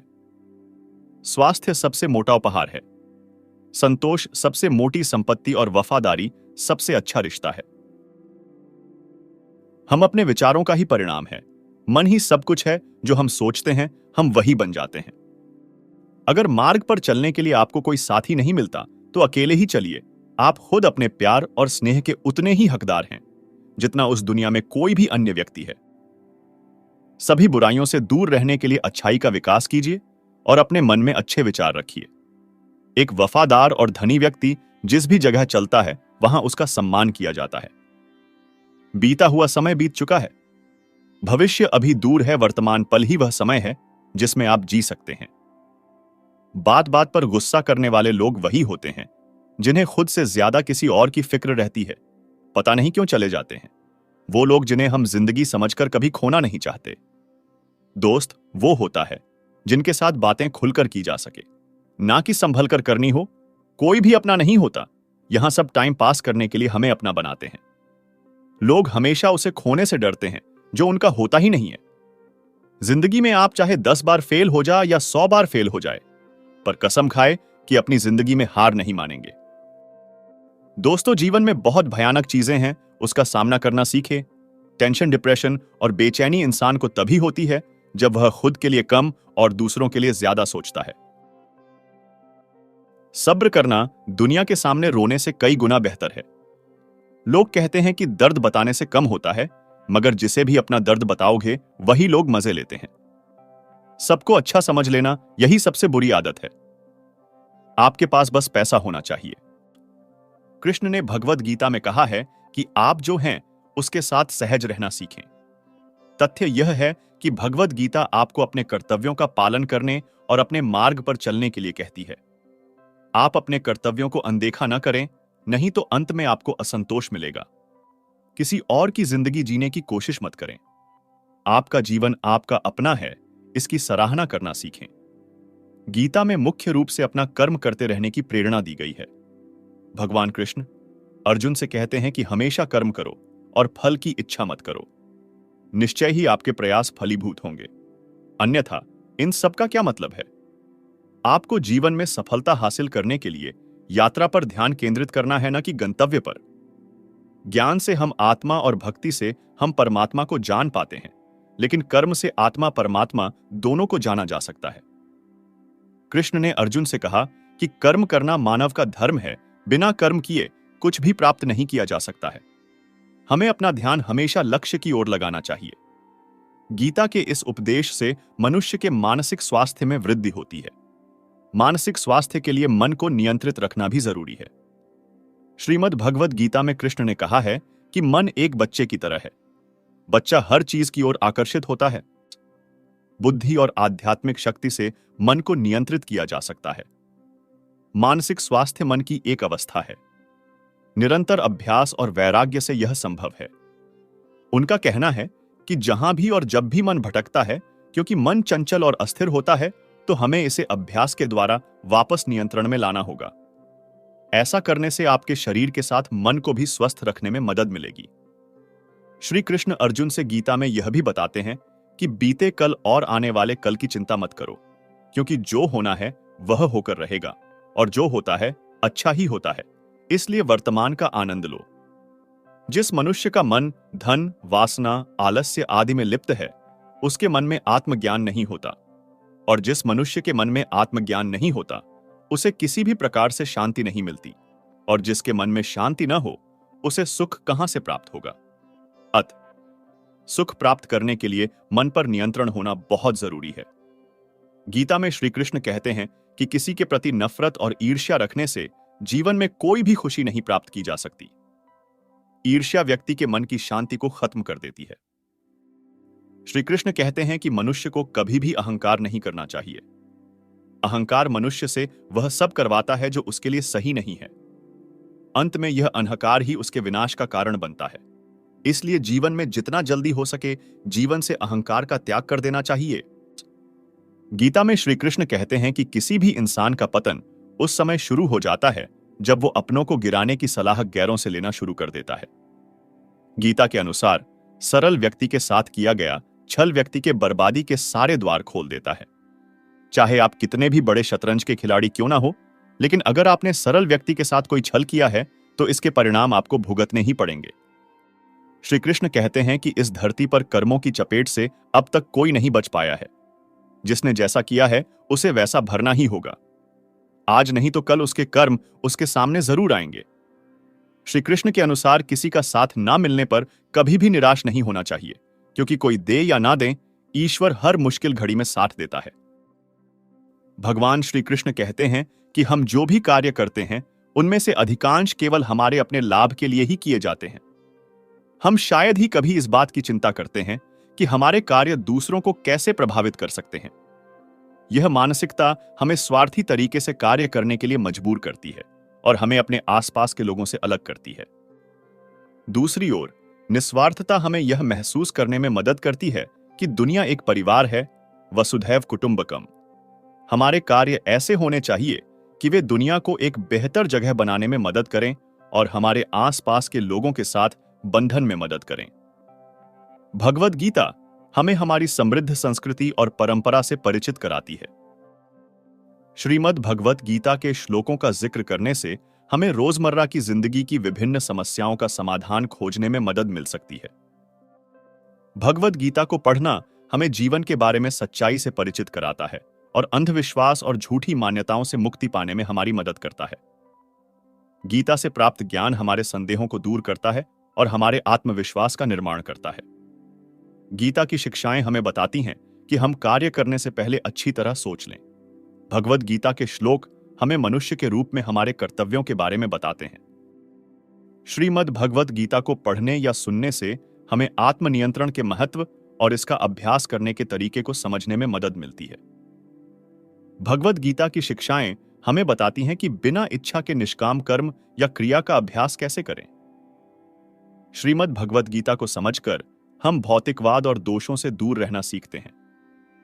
भगवद गीता को पढ़ने से हमें जीवन का एक अलग नजरिया मिलता है। लोग अक्सर सच बोलने से बचते हैं या डरते हैं, लेकिन सच तो सच है। इसे न तो कभी छुपाया जा सकता है और न ही मिटाया जा सकता है। चाहे कोई कितना भी छुपाए, सच्चाई सामने आ ही जाएगी। इसलिए सत्य पर आधारित कोई भी काम करने, कहने या विश्वास करने से कभी नहीं डरना चाहिए। लोग अपने शरीर को खूबसूरत बनाने में लगे हुए हैं, लेकिन आत्मा की सुंदरता शरीर की सुंदरता से अधिक महत्वपूर्ण है। शरीर नश्वर है, यह मिट्टी है और मिट्टी में लौट जाता है, लेकिन आत्मा अमर है। इसलिए आत्मा की सुंदरता पर ध्यान दें। आत्मा की सुंदरता स्वयं को श्री कृष्ण में लीन करने में पाई जाती है। जो भी होता है अच्छे के लिए होता है। कभी कभी विपरीत परिस्थितियां हमारी वर्तमान स्थिति को बेहतर बनाने के लिए आती है। मन चंचल होता है, इधर उधर भागता रहता है तथा किसी भी कार्य में एकाग्रता का शत्रु होता है। परंतु यदि यह व्यक्ति के नियंत्रण में है, श्री कृष्ण उन्हीं के हैं जो श्री कृष्ण के हैं। भगवान तो केवल प्रेम और भक्ति के भूखे हैं। जो भी उनकी भक्ति में लीन है, जो कोई भी उन्हें प्रेम से याद करता है, वे हमेशा उसका भला करते हैं। जब भी आप कोई बुरा काम या अच्छा काम करते हैं तो आपको लगता है कि कोई नहीं देख रहा है। श्री कृष्ण कहते हैं कि तुम जो कुछ भी कर रहे हो वह मेरी दृष्टि के अधीन है, वह हमेशा आपके साथ है। इसलिए यह मत सोचिए कि आप अकेले हैं, श्री कृष्ण सदैव आपके साथ हैं। हमारी सफलता और विफलता इस बात पर निर्भर करती है कि हम खुद पर कितना विश्वास करते हैं। अगर व्यक्ति को अपने लक्ष्य पर पूरा भरोसा है तो वह जो चाहे बन सकता है। लेकिन आगे बढ़ते रहिए, कहते हैं ना कि मन के हारे हार है और मन के जीते जीत। जिस प्रकार सकारात्मक विचार सफलता की ओर ले जाते हैं, उसी प्रकार नकारात्मक विचार असफलता की ओर ले जाते हैं, क्योंकि जैसा हम सोचते हैं वैसे ही हम बन जाते हैं और हमारे विचार, इससे ही हमें नकारात्मक और सकारात्मक परिणाम मिलते हैं। मनुष्य ही एकमात्र प्राणी है जो कर्म करता है, इसलिए कर्म करना भी हर व्यक्ति का धर्म है। जो व्यक्ति कर्म करता है उसे कर्मवीर कहा जाता है। इसलिए खाली बैठने से तो कर्म करना ही बेहतर है ना? समय रुकता है और न ही वह एक जैसा रहता है। बुरा वक्त हो या अच्छा वक्त जरूर बदलता है। आज बुरा है, कल अच्छा है, और आज अच्छा है तो कल निश्चित ही बुरा समय होगा। सुख के बाद दुख आएगा और दुख के बाद सुख आएगा और चला जाएगा। इसलिए इस पर हमारा कोई नियंत्रण नहीं है, लेकिन हमारे कार्यों पर हमारा नियंत्रण जरूर है। आप परिणाम की चिंता किए बिना बस कार्य करते रहें।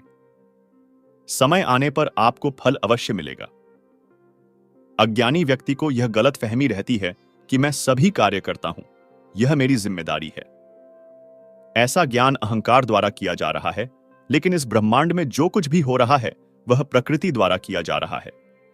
यदि किसी व्यक्ति में अज्ञानता के कारण अहंकार जन्म ले लेता है तो उसका पतन निश्चित है। श्री कृष्ण कहते हैं, वह किसी के भाग्य का निर्माता नहीं है, व्यक्ति अपना भाग्य स्वयं लिखता है। आप जो बीज बोएंगे वही फसल काटेंगे। जैसा कर्म करोगे वैसा ही फल पाओगे। विद्यार्थी मन लगाकर पढ़ाई करेंगे तो परीक्षा में सफल होंगे, इसलिए हर व्यक्ति सफल होता है। इंसान की किस्मत तभी बदलेगी जब वह ऐसे कर्म करेगा। जो कुछ है वह वर्तमान में है, जो चला गया वह आएगा नहीं, और जो आने वाला है उसकी चिंता मत करो, बल्कि बाहें फैलाकर उसका स्वागत करो। उन लोगों के लिए दिमाग दुश्मन की तरह काम करता है। मन उस व्यक्ति के लिए सबसे अच्छा मित्र है जो इसे नियंत्रित नहीं करता है और जिसने अपने मन पर विजय प्राप्त कर ली है। मनुष्यों में वह सबसे बुद्धिमान है जिसके कर्म में अकर्म और अकर्म में कर्म हो। कृष्ण अच्छे लोगों की बहुत परीक्षा लेते हैं, लेकिन बुरे लोगों की नहीं। जीवन में दो लोगों का होना बहुत जरूरी है। एक तो कृष्ण जो लड़ते नहीं लेकिन फिर भी जीत दिलाते हैं, और दूसरे कारण यह कि हार भी सामने हो तो भी वह आपका साथ नहीं छोड़ते। जो तुम चाहते हो वही होता है, जो मैं चाहता हूं वह होता है, इसलिए तुम वही करो जो मैं चाहता हूं। गलत काम करते समय मैं बाएं दाएं आगे पीछे चारों ओर देखता हूं, बस ऊपर देखना भूल जाता हूं।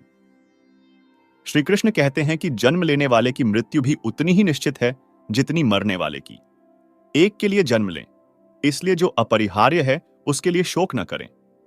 अगर आप खुद पर भरोसा करते हैं तो यह ताकत बन जाती है, और अगर आप दूसरों पर भरोसा करते हैं तो यह कमजोरी बन जाती है। किसी को याद नहीं कि आप कब सही थे, लेकिन हर कोई याद रखता है कि आप कब गलत थे। समय और जीवन दुनिया के सर्वश्रेष्ठ शिक्षक हैं। जिंदगी हमें समय का सदुपयोग सिखाती है और समय हमें जीवन का मूल्य सिखाता है। अगर आप सही हैं तो किसी भी बात को सही साबित करने की कोशिश न करें, बस सही रहो, समय स्वयं गवाही देगा। जिंदगी के बारे में ज्यादा मत सोचो, जिसने तुम्हें जीवन दिया उसने कुछ तो सोचा होगा। कभी भी किसी के बारे में बुरा मत बोलो, क्योंकि बुराई तो तुम्हारे अंदर भी है और तुम दूसरों के साथ भी बुरा व्यवहार करते हो। अपने रिश्तों और पैसे को समान रूप से महत्व दें। दोनों ही कमाना कठिन है, लेकिन दुख पाना बहुत आसान है। अहंकार और संस्कार में अंतर है। अहंकार दूसरों के सामने झुकने से खुश होता है, संस्कारी स्वयं झुककर प्रसन्न होते हैं। किसी से बहस करके जीतने की बजाय चुप रहकर उसे हरा दें, क्योंकि जो लोग हमेशा आपसे बहस करना पसंद करते हैं, जो इंसान आपको समझा भी सके और समझ भी सके, वही इंसान दिल के सबसे करीब होता है। लेकिन आज के समय में ऐसे लोग किस्मत वालों को ही मिलते हैं। सुनने की आदत विकसित करें, क्योंकि ताने मारने वालों की कोई कमी नहीं है। मुस्कुराने की आदत विकसित करें, क्योंकि रुलाने वालों की कमी नहीं है। ऊपर उठने की आदत विकसित करें, क्योंकि आपकी टांग खींचने वालों की कमी नहीं है। नाम और पहचान भले ही छोटी हो, अपनी ही होनी चाहिए। सबका सम्मान करना बहुत अच्छी बात है, लेकिन स्वाभिमान के साथ जीना ही अपनी पहचान है। बुरे लोगों की बुराइयों को छोड़ने से बेहतर है कि बुरे लोगों को त्याग कर अच्छे लोगों की तलाश की जाए। अच्छी चीजों की तलाश करें। किसी बात को कहने और तोड़ने में तो बस एक पल लगता है, लेकिन बनाने और मनाने में पूरी जिंदगी लग जाती है। प्यार हमेशा माफी मांगना पसंद करता है और अहंकार हमेशा माफी सुनना पसंद करता है। ठोकर खाने का मतलब यह नहीं कि आप चलना बंद कर लो। कभी कभी उस मूर्ख व्यक्ति की प्रशंसा करना भी समझदारी का काम कहा जाता है। दीपक बोलता नहीं, रोशनी करता है, उसका परिचय देते हैं। इसी प्रकार यदि आप अपने बारे में कुछ न कहें, अच्छे कर्म करते रहें, तो वह आपका परिचय करा देंगे। यदि आप एक बार असफल होते हैं, तो यह आवश्यक नहीं है कि आप हर बार असफल हों। अगर आपको खुद पर भरोसा है, तो एक दिन जरूर आएगा जब आप सफल होंगे। कठिन समय हमारे लिए एक दर्पण की तरह होता है, जो हमें हमारी क्षमताओं का सही अंदाजा लगा देता है। प्रेम का अर्थ विवाह नहीं, बल्कि पूर्ण समर्पण से समर्पण है। प्यार में कोई योग नहीं होता, प्रेम अंतिम योग है। अंतिम मुलाकात भरोसे का सबसे अच्छा उदाहरण है। यानी अर्जुन ने अपनी दावलाख सेना का बलिदान देकर श्री कृष्ण को चुना। अपने सबसे खास व्यक्ति से धोखा मिलने के बाद लोग चाहकर भी किसी पर पूरा भरोसा नहीं कर पाते। यही सच्चाई है। यही है जीवन में दो लोगों का होना बहुत जरूरी है। एक कृष्ण, जो लड़े नहीं लेकिन फिर भी जीत सुनिश्चित करते हैं। श्री कृष्ण ने कहा है कि अगर किसी ने तुम्हें दुखी किया है तो बुरा मत मानना। लोग उसी पेड़ पर पत्थर मारते हैं जिस पेड़ पर अधिक मीठे फल होते हैं। योग स्वास्थ्य और किसी जरूरतमंद की मदद के लिए अच्छा है। बस जिंदगी बदल जाती है। जो भी हुआ अच्छे के लिए हुआ, जो हो रहा है वो अच्छे के लिए हो रहा है। जो होगा वो भी अच्छा होगा। अतीत पर पछतावा मत करो। भविष्य के बारे में चिंता मत करो। वर्तमान चल रहा है।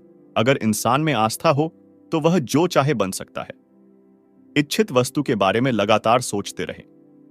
यह सच है कि इंसान गलतियां करके कुछ सीखता है, लेकिन इसका मतलब यह नहीं है कि वह जीवन भर गलतियां करता रहे और कहे कि हम सीख रहे हैं। भगवान ने आपके लिए जो रास्ता खोला है, उसे कोई कभी बंद नहीं कर सकता। जब आप दूसरों का भला चाहते हैं, तो वही अच्छी चीजें आपके जीवन में वापस आती हैं। यह प्रकृति का नियम है।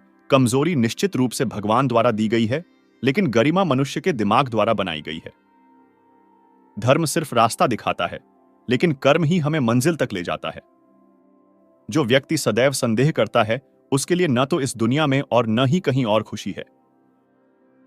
किसी भी व्यक्ति का परिचय उसके चेहरे से शुरू हो सकता है, लेकिन उसकी पूरी पहचान उसकी वाणी से होती है। जीवन में कभी भी अपने किसी भी हुनर पर घमंड ना करें।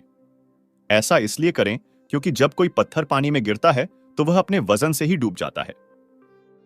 रिश्तों में नियमित दूरियां रिश्तों को जोड़ती हैं और अनियमित दूरियां रिश्तों को तोड़ देती हैं। यदि कोई प्रेम और भक्ति से मुझ पर जल डालता है, तो वैसी ही अनुभूति होती है। मैं उसे अपना प्रिय भक्त स्वीकार करता हूं। धर्म से ज्यादा महत्व कर्म का है, क्योंकि धर्म करने से भगवान से मांगना पड़ता है, लेकिन कर्म करने से फल भगवान स्वयं देते हैं। कर्मों का फल व्यक्ति को उसी प्रकार ढूंढ लेता है, जैसे एक बछड़ा सैकड़ों गायों के बीच से अपनी मां को ढूंढ लेता है। किसी को भी अपने कर्तव्यों से विमुख नहीं होना चाहिए, भले ही इसका परिणाम हार ही क्यों न हो। कलम तभी साफ और अच्छा लिख पाती है जब वह थोड़ा सा झुककर चलती है। यही हाल इंसान का होता है जिंदगी में। मिलते हैं बहुत से लोग जो आपको अपना कहते हैं। रिश्ते उन्हीं से रखो जिनके साथ दिल का एहसास हो। अपनेपन की आलोचना से बचना चाहिए। यह बहुत हानिकारक है। इससे छवि और प्रतिभा दोनों नष्ट हो जाती है। दोस्त भी दुश्मन बन जाते हैं। यदि किसी बच्चे को उपहार न दिया जाए तो वह कुछ समय के लिए रोएगा, परंतु यदि उसे संस्कार नहीं दिए जाएंगे तो वह जीवन भर रोता रहेगा। मनुष्य को हमेशा अवसरों की तलाश नहीं करनी चाहिए, क्योंकि आज सबसे अच्छा अवसर है, चाहे कितना भी हो। कड़वे शब्द भी खुद को शांत रखते हैं, क्योंकि सूरज चाहे कितना भी तेज हो, समुद्र को सूखा नहीं सकता। प्यार एक ऐसा अनुभव है जो इंसान को कभी हारने नहीं देता, और नफरत एक ऐसा अनुभव है जो इंसान को कभी जीतने नहीं देता। आपका जीवन बहुत अनमोल और सुंदर है, फालतू की बातों में न पड़े। हाथ हमेशा पवित्र होते हैं जो प्रार्थना से ज्यादा किसी की सेवा और मदद के लिए उठते हैं। कड़ी मेहनत वह सुनहरी कुंजी है जो बंद भविष्य के दरवाजे भी खोल देती है। हम केवल पीड़ा से ही अनुभव करते हैं और केवल पीड़ा से ही हम सीख सकते हैं। यदि आप सुबह उठते ही किसी भी लक्ष्य को लेकर उत्साहित नहीं हैं, तो आप जी नहीं रहे हैं, आप बस अपना जीवन जी रहे हैं। सोच ही फर्क है, वरना समस्याएं आपको कमजोर करने के लिए नहीं, बल्कि आपको मजबूत बनाने के लिए आती हैं।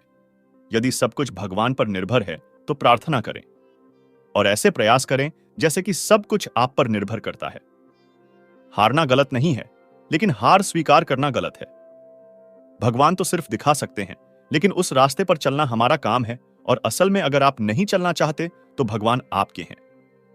मित्रों, क्या आपको पता है गौ माता ने समस्त स्त्रियों को ऐसा कौन सा श्राप दिया था जिसकी वजह से आज तक समस्त नारी जाति को श्राप भोगना पड़ रहा है? गौ माता का एक ऐसा श्राप जिसे टाला नहीं जा सका।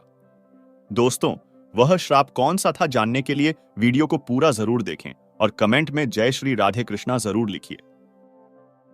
दोस्तों, एक समय की बात है जब भगवान श्री कृष्ण अपनी राजगद्दी पर विराजमान थे।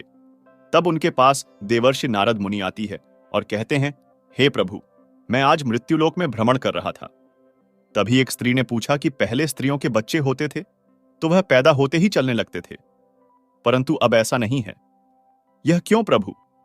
मुझ इस प्रश्न का उत्तर याद नहीं था, इसलिए मैं आपके पास आया हूं। कृपया मुझे इस प्रश्न का उत्तर बताएं। श्री कृष्ण कहते हैं, हे देवर्षि, तुम्हारा यह प्रश्न समस्त स्त्री जाति के लिए अत्यंत महत्वपूर्ण है। अगर तुम इस प्रश्न के उत्तर को जानना चाहते हो तो ठीक है, मैं तुम्हें एक कथा सुनाता हूं। तुमको इस कथा के माध्यम से पता चल जाएगा कि किस वजह से अब स्त्रियों का बच्चा पैदा होते ही चल नहीं पाता है। तब देवर्षि नारद कहते हैं कि प्रभु, मैं इस कथा को पूरा सुनूंगा, कृपया आप कथा को सुनाएं। दोस्तों, अगर आप भी जानना चाहते हैं कि इस प्रश्न का उत्तर क्या है, तो मित्रों, वीडियो को आखिरी तक जरूर देखें और वीडियो को लाइक अवश्य करिएगा। तो मित्रों, श्री कृष्ण कहते हैं, हे देवर्ष, एक नगर में एक रामू नामक व्यक्ति रहता था। रामू एक स्वार्थी व्यक्ति था। रामू के पास में एक गाय थी। वह गाय दूध देती थी और रामू उस गाय को हरा भरा चारा खिलाकर उसका दूध निकालकर के उस दूध को बेच दिया करता था। रामू गाय का दूध खुद भी पीता था और अपने परिवार वालों को भी पिलाता था। गाय के दूध की वजह से ही रामू अपने घर की दिनचर्या चलाता था। रामू का समय इसी तरह से व्यतीत हो रहा था। कुछ दिनों के बाद एक समय ऐसा आया कि जब रामू को गाय ने दूध देना बंद कर दिया। जैसे ही गाय ने दूध देना बंद कर दिया, तो इधर रामू ने उस गाय को चारा डालना बंद कर दिया। और एक दिन ऐसा आ गया कि उस दिन रामू ने गाय को बहुत मारा पीटा और उसने उस गाय को घर से ले जाकर जंगल में छोड़ दिया। अब वह गाय बेचारी अकेली हो गई। बेचारी अकेली जंगल में इधर उधर घूमती फिरती है और एक दिन जंगल में बने एक मंदिर के पास में पहुंचती है और भगवान से विनती करते हुए कहती है, हे भगवान, मैं आपसे यह विनती करती हूं कि हमें गाय की योनि में डालकर कितना गलत काम किया है। श्री कृष्ण कहते हैं, देवर्षि, वह गाय कहती है, देखिए, जो आपकी 84 लाख योनियों में सर्वश्रेष्ठ योनि मानव की है, वह कितना पाप और कितना दुष्कर्म करता है। वह गाय आगे कहती है, जब तक मैं दूध देती रही तब तक उस व्यक्ति ने मुझे अपने घर पर रखा, हरा भरा चारा खिलाया। जैसे ही मैंने दूध देना बंद कर दिया, उसके बाद में उसने मुझे चारा भी नहीं डाला। इतना ही नहीं, उसने तो मुझे घर से बाहर ही निकाल दिया। अब मैं इधर उधर भटक रही हूं। अब जंगल में चारा खा खा करके, जंगल में घास खा करके मैं अपने पेट को भरती हूं। हे भगवान, आपने जो सर्वश्रेष्ठ योनि बनाई है, यह तो कितनी स्वार्थी और लालची योनि है। श्री कृष्ण कहते हैं कि ही देवर्षि नारद, धीरे धीरे समय व्यतीत होता चला गया। गाय बेचारी इधर उधर भटकती रही। जब भी वह गाय रामू के द्वार पर आ जाती है, तो रामू ने लाठी लेकर के उस गाय को जंगल की तरफ, खेतों की तरफ भगा करके आता है। श्री कृष्ण कहते हैं ही देवश्री, धीरे धीरे जब वह गाय एक दिन गर्भवती हो जाती है, तो अब जैसे ही 3-4 महीने का गर्भ हुआ है, तो उसी जंगल से एक स्त्री गुजर रही थी। उस स्त्री ने जैसे ही उस गाय को देखा, उसने मन में सोचा कि यह गाय तो गर्भवती है। मैं एक काम करती है, इस गाय को मैं पाल लेती हूं। जब इसका बच्चा हो जाएगा तो यही गाय मुझे दूध देने लगेगी। तब मैं इसका दूध खुद भी पीऊंगी और साथ ही अपने परिवार वालों को भी पिलाऊंगी और बिक्री भी करूंगी। लेकिन जैसे ही वह स्त्री उस गाय को पकड़ने के लिए अपने पति को बुलाने के लिए जाती है और जब तक उसका पति वहां पर आता है तब तक वह गाय वहां से चली जाती है। धीरे धीरे समय व्यतीत होता गया। श्री कृष्ण कहते हैं, हे देवर्षि, जब उस गाय के प्रसव का समय नजदीक आ गया तब वह एकांत जंगल में सुरक्षित जगह पर जाकर कि उस गाय ने एक बछड़े को जन्म दिया। श्री कृष्ण कहते हैं कि ही देवर्षि प्रसव के कुछ समय बाद वहीं स्त्री उसी जंगल में घास काटने के लिए गई हुई थी। जैसे ही उसने दूर से देखा कि एक गाय ने अपना बच्चा जन्म दिया हुआ है, तब वह स्त्री उसके पास गई और उसने ध्यान से उस गाय को देखा तो बोली कि अरे, यह तो वही गाय है। इस गाय ने तो बछड़ा दे ही दिया। चलो, अच्छा हुआ। वह स्त्री सोचती है, अब मैं इस गाय को पकड़कर अपने घर पर अवश्य ले जाऊंगी। जैसे ही वह स्त्री उस गाय के पास से अपने पति को बुलाने के लिए जाने लगती है, तभी गाय उसी समय उस स्त्री से कहती है, बहन, आज तुम हमारे ऊपर एक परोपकार कर दो। यह जो बच्चा है यह पीछे पड़ा हुआ है, इसे उठाकर कि तुम मेरी गर्दन के ऊपर रख दो। मैं अपने बच्चे को लेकर कि किसी सुरक्षित जगह पर चली जाऊंगी, क्योंकि यह मेरा बच्चा 8 महीने बाद चलने लायक हो पाएगा। 8 महीने बाद अपने पैरों पर चलेगा। श्री कृष्ण कहते हैं, ही देवर्षि नारद, जैसा अब भी है ऐसा पहले नहीं था। पहले गाय का बच्चा 8 महीने के बाद ही अपने पैरों पर चलने लायक हुआ करता था। श्री कृष्ण कहते हैं, हे देवर्षि, लेकिन जैसे ही उस स्त्री ने गाय की बात सुनी तो बहुत बहुत जोर जोर से हंसने लगी और कहने लगी, तुम्हारा बच्चा इतना गंदा है, इतनी गंदगी में पड़ा है। मैं तुम्हारे बच्चे को उठाकर के तुम्हारे कंधे पर क्यों रखूं? मैं तुम्हारे ऊपर यह परोपकार क्यों करूं? जैसे ही उस स्त्री ने उस गाय का बहुत मजाक बनाया, उस समय गाय बेचारी असहाय थी। वह अपने बच्चे को उठा नहीं सकती थी। श्री कृष्ण कहे हैं कि हे देवर्षि, उसी समय दुखी होकर की गाय ने श्राप दे दिया। उसने श्राप देते हुए कहा कि जाओ, आज तुम्हारा बच्चा जन्म लेने के बाद तुरंत चलने लगता है, लेकिन आज मैं श्राप देती हूं, तुम्हारा बच्चा जन्म लेने की 10 महीने बाद ही अपने पैरों पर चलने लायक होगा। और जो यह मेरा बच्चा आज चल नहीं पा रहा है और यह आज के बाद पैदा होते ही बहुत जल्द अपने पैरों पर चलने लायक हो जाएगा। श्री कृष्ण कहते हैं, ही देवर्षि, इसी श्राप के कारण स्त्रियों का बच्चा जन्म लेते ही अपने पैरों पर चल नहीं पाता। दोस्तों, सतयुग में सुखदेव पैदा होने के तुरंत बाद ही अपने पैरों पर चलने लगे थे और वेद व्यास भी जन्म लेने के तुरंत ही बाद अपने पैरों पर चलने लगे थे। यह बात तो सतयुग की थी, लेकिन कलयुग में ऐसा नहीं है। कलयुग में बच्चे को अपने पैरों पर चलने के लिए कम से कम न से 10 महीने लग जाते हैं। इसका कारण यही है क्योंकि गाय ने समस्त स्त्री जाति को श्राप दे दिया था। उसी दिन से समस्त स्त्रियों के जो बच्चे पैदा होते ही चलने लग जाते थे, उनकी प्रक्रिया वहीं पर रुक गई। गाय के श्राप के कारण ही स्त्री का बच्चा 9 या 10 महीने बाद ही चलने लायक, अपने पैरों पर खड़े होने लायक बन पाता है और गाय का बच्चा उसी दिन से अपने पैरों पर चलने लायक हो जाता है। इसीलिए किसी की आत्मा को कष्ट नहीं देना चाहिए और यही सनातन धर्म का सबसे बड़ा धर्म है। गोस्वामी तुलसीदास ने लिखा है, दूसरे के दुख में दुखी हो जाना, दूसरे के काम आना सबसे बड़ा धर्म माना गया है। तो इसलिए हमें असहाय पशु की पक्षियों की सहायता करनी चाहिए। गाय के श्राप की वजह से ही जितनी भी पशु पक्षी हैं, उन सबके बच्चे जन्म लेने के तुरंत बाद चलने लग जाते हैं, लेकिन स्त्रियों के बच्चों पर इसका विपरीत प्रभाव पड़ा कि जन्म के तुरंत बाद स्त्री का बच्चा चलने लायक नहीं बन पाता। एक स्त्री की गलती से आज समस्त मानव जाति की महिलाओं को श्राप का खामियाजा आज भी भुगतना पड़ रहा है। इसलिए कभी भी किसी को सताना नहीं चाहिए और हमेशा अच्छे कर्म करने चाहिए। अच्छे लोग दूसरों के दुख में दुखी होते हैं। बुरे लोगों को बस अपनी चिंता होती है, इसीलिए उनके पास दुखी होने के कारण कम होते हैं।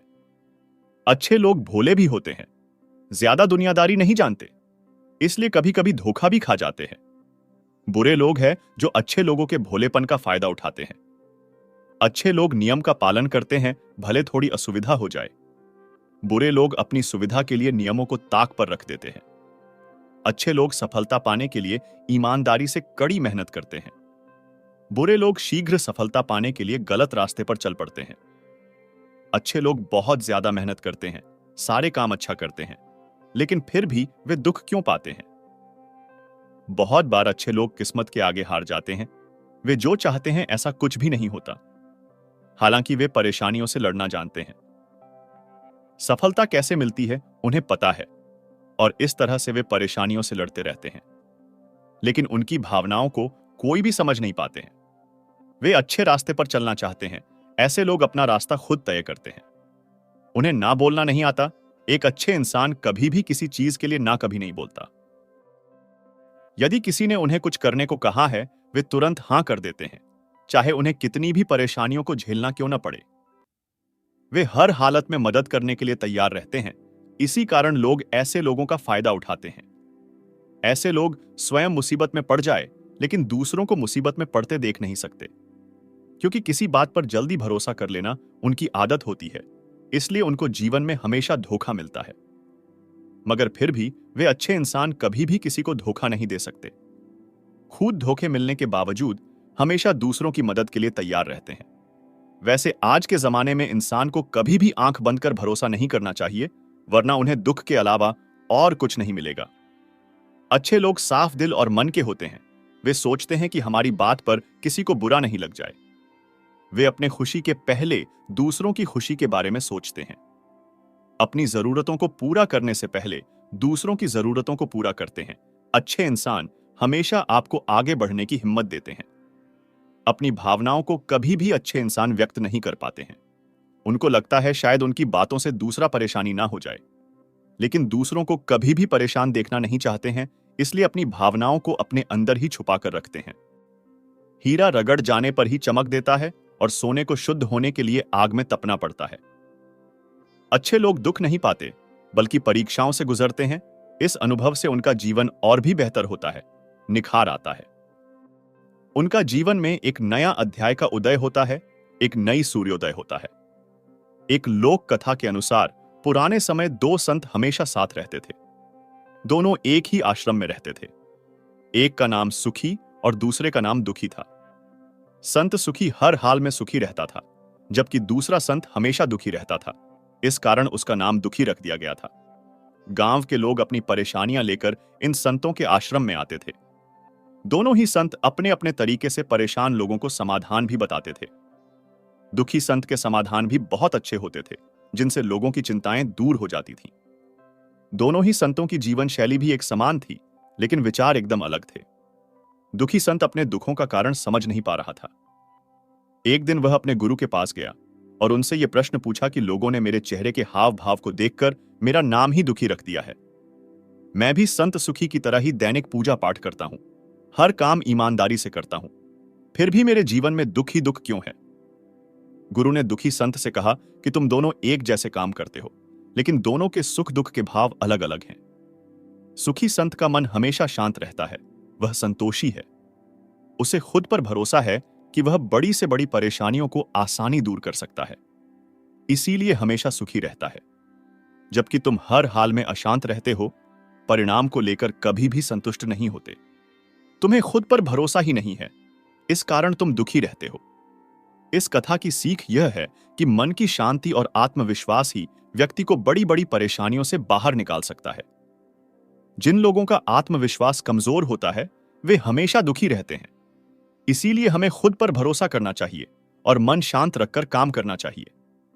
तभी सफलता मिलती है और सुखी रह पाते हैं।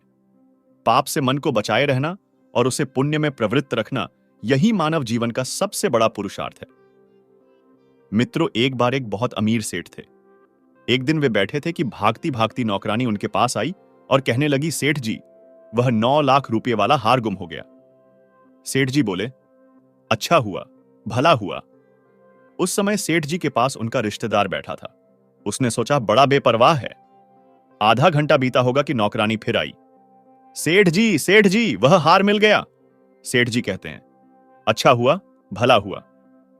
वह रिश्तेदार प्रश्न करता है, सेठ जी, जब 9 लाख का हार चला गया तब भी आपने कहा कि अच्छा हुआ, भला हुआ, और जब मिल गया तब भी आप कह रहे हैं अच्छा हुआ, भला हुआ। ऐसा क्यों? सेठ जी कहते हैं, एक तो हार चला गया और ऊपर से क्या अपनी शांति भी चली जानी चाहिए? नहीं, जो हुआ अच्छा हुआ, भला हुआ।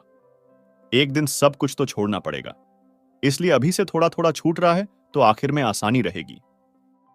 अंत समय में एकदम में छोड़ना होगा तो बड़ी मुसीबत होगी, इसलिए दान पुण्य करो ताकि छोड़ने की आदत पड़े तो मरने के बाद इन चीजों का आकर्षण न रहे और भगवान की प्रीति मिल जाए। दान से अनेकों लाभ होते हैं। धन तो शुद्ध होता ही है, पुण्य वृद्धि भी होती है और छोड़ने की भी आदत बन जाती है। छोड़ते छोड़ते ऐसी आदत हो जाती है कि एक दिन जब सब कुछ छोड़ना है तो उसमें अधिक परेशानी न हो, ऐसा ज्ञान मिल जाता है जो दुखों से रक्षा करता है। रिश्तेदार फिर पूछता है, लेकिन जब हार मिल गया तब आपने अच्छा हुआ, भला हुआ क्यों कहा? सेठ जी कहते हैं, नौकरानी खुश थी, सेठानी खुश थी, उसकी सहेलियां खुश थीं, इतने सारे लोग खुश हो रहे थे, तो अच्छा है, भला है। मैं क्यों दुखी हूं? वस्तुएं आ जाएं या चली जाएं, लेकिन मैं अपने दिल को क्यों दुखी करूं? मैं तो यह जानता हूं कि जो भी होता है अच्छे के लिए, भले के लिए होता है। जो हुआ अच्छा हुआ, जो हो रहा अच्छा ही है, होगा जो अच्छा ही होगा, यह नियम सच्चा ही है। मेरे पास मेरे सद्गुरु का ऐसा ज्ञान है, इसलिए मैं बाहर का सेठ नहीं, हृदय का भी सेठ हूं। हृदय का सेठ वह आदमी माना जाता है जो दुख न दुखी न हो तथा सुख में अहंकारी और लंपट न हो।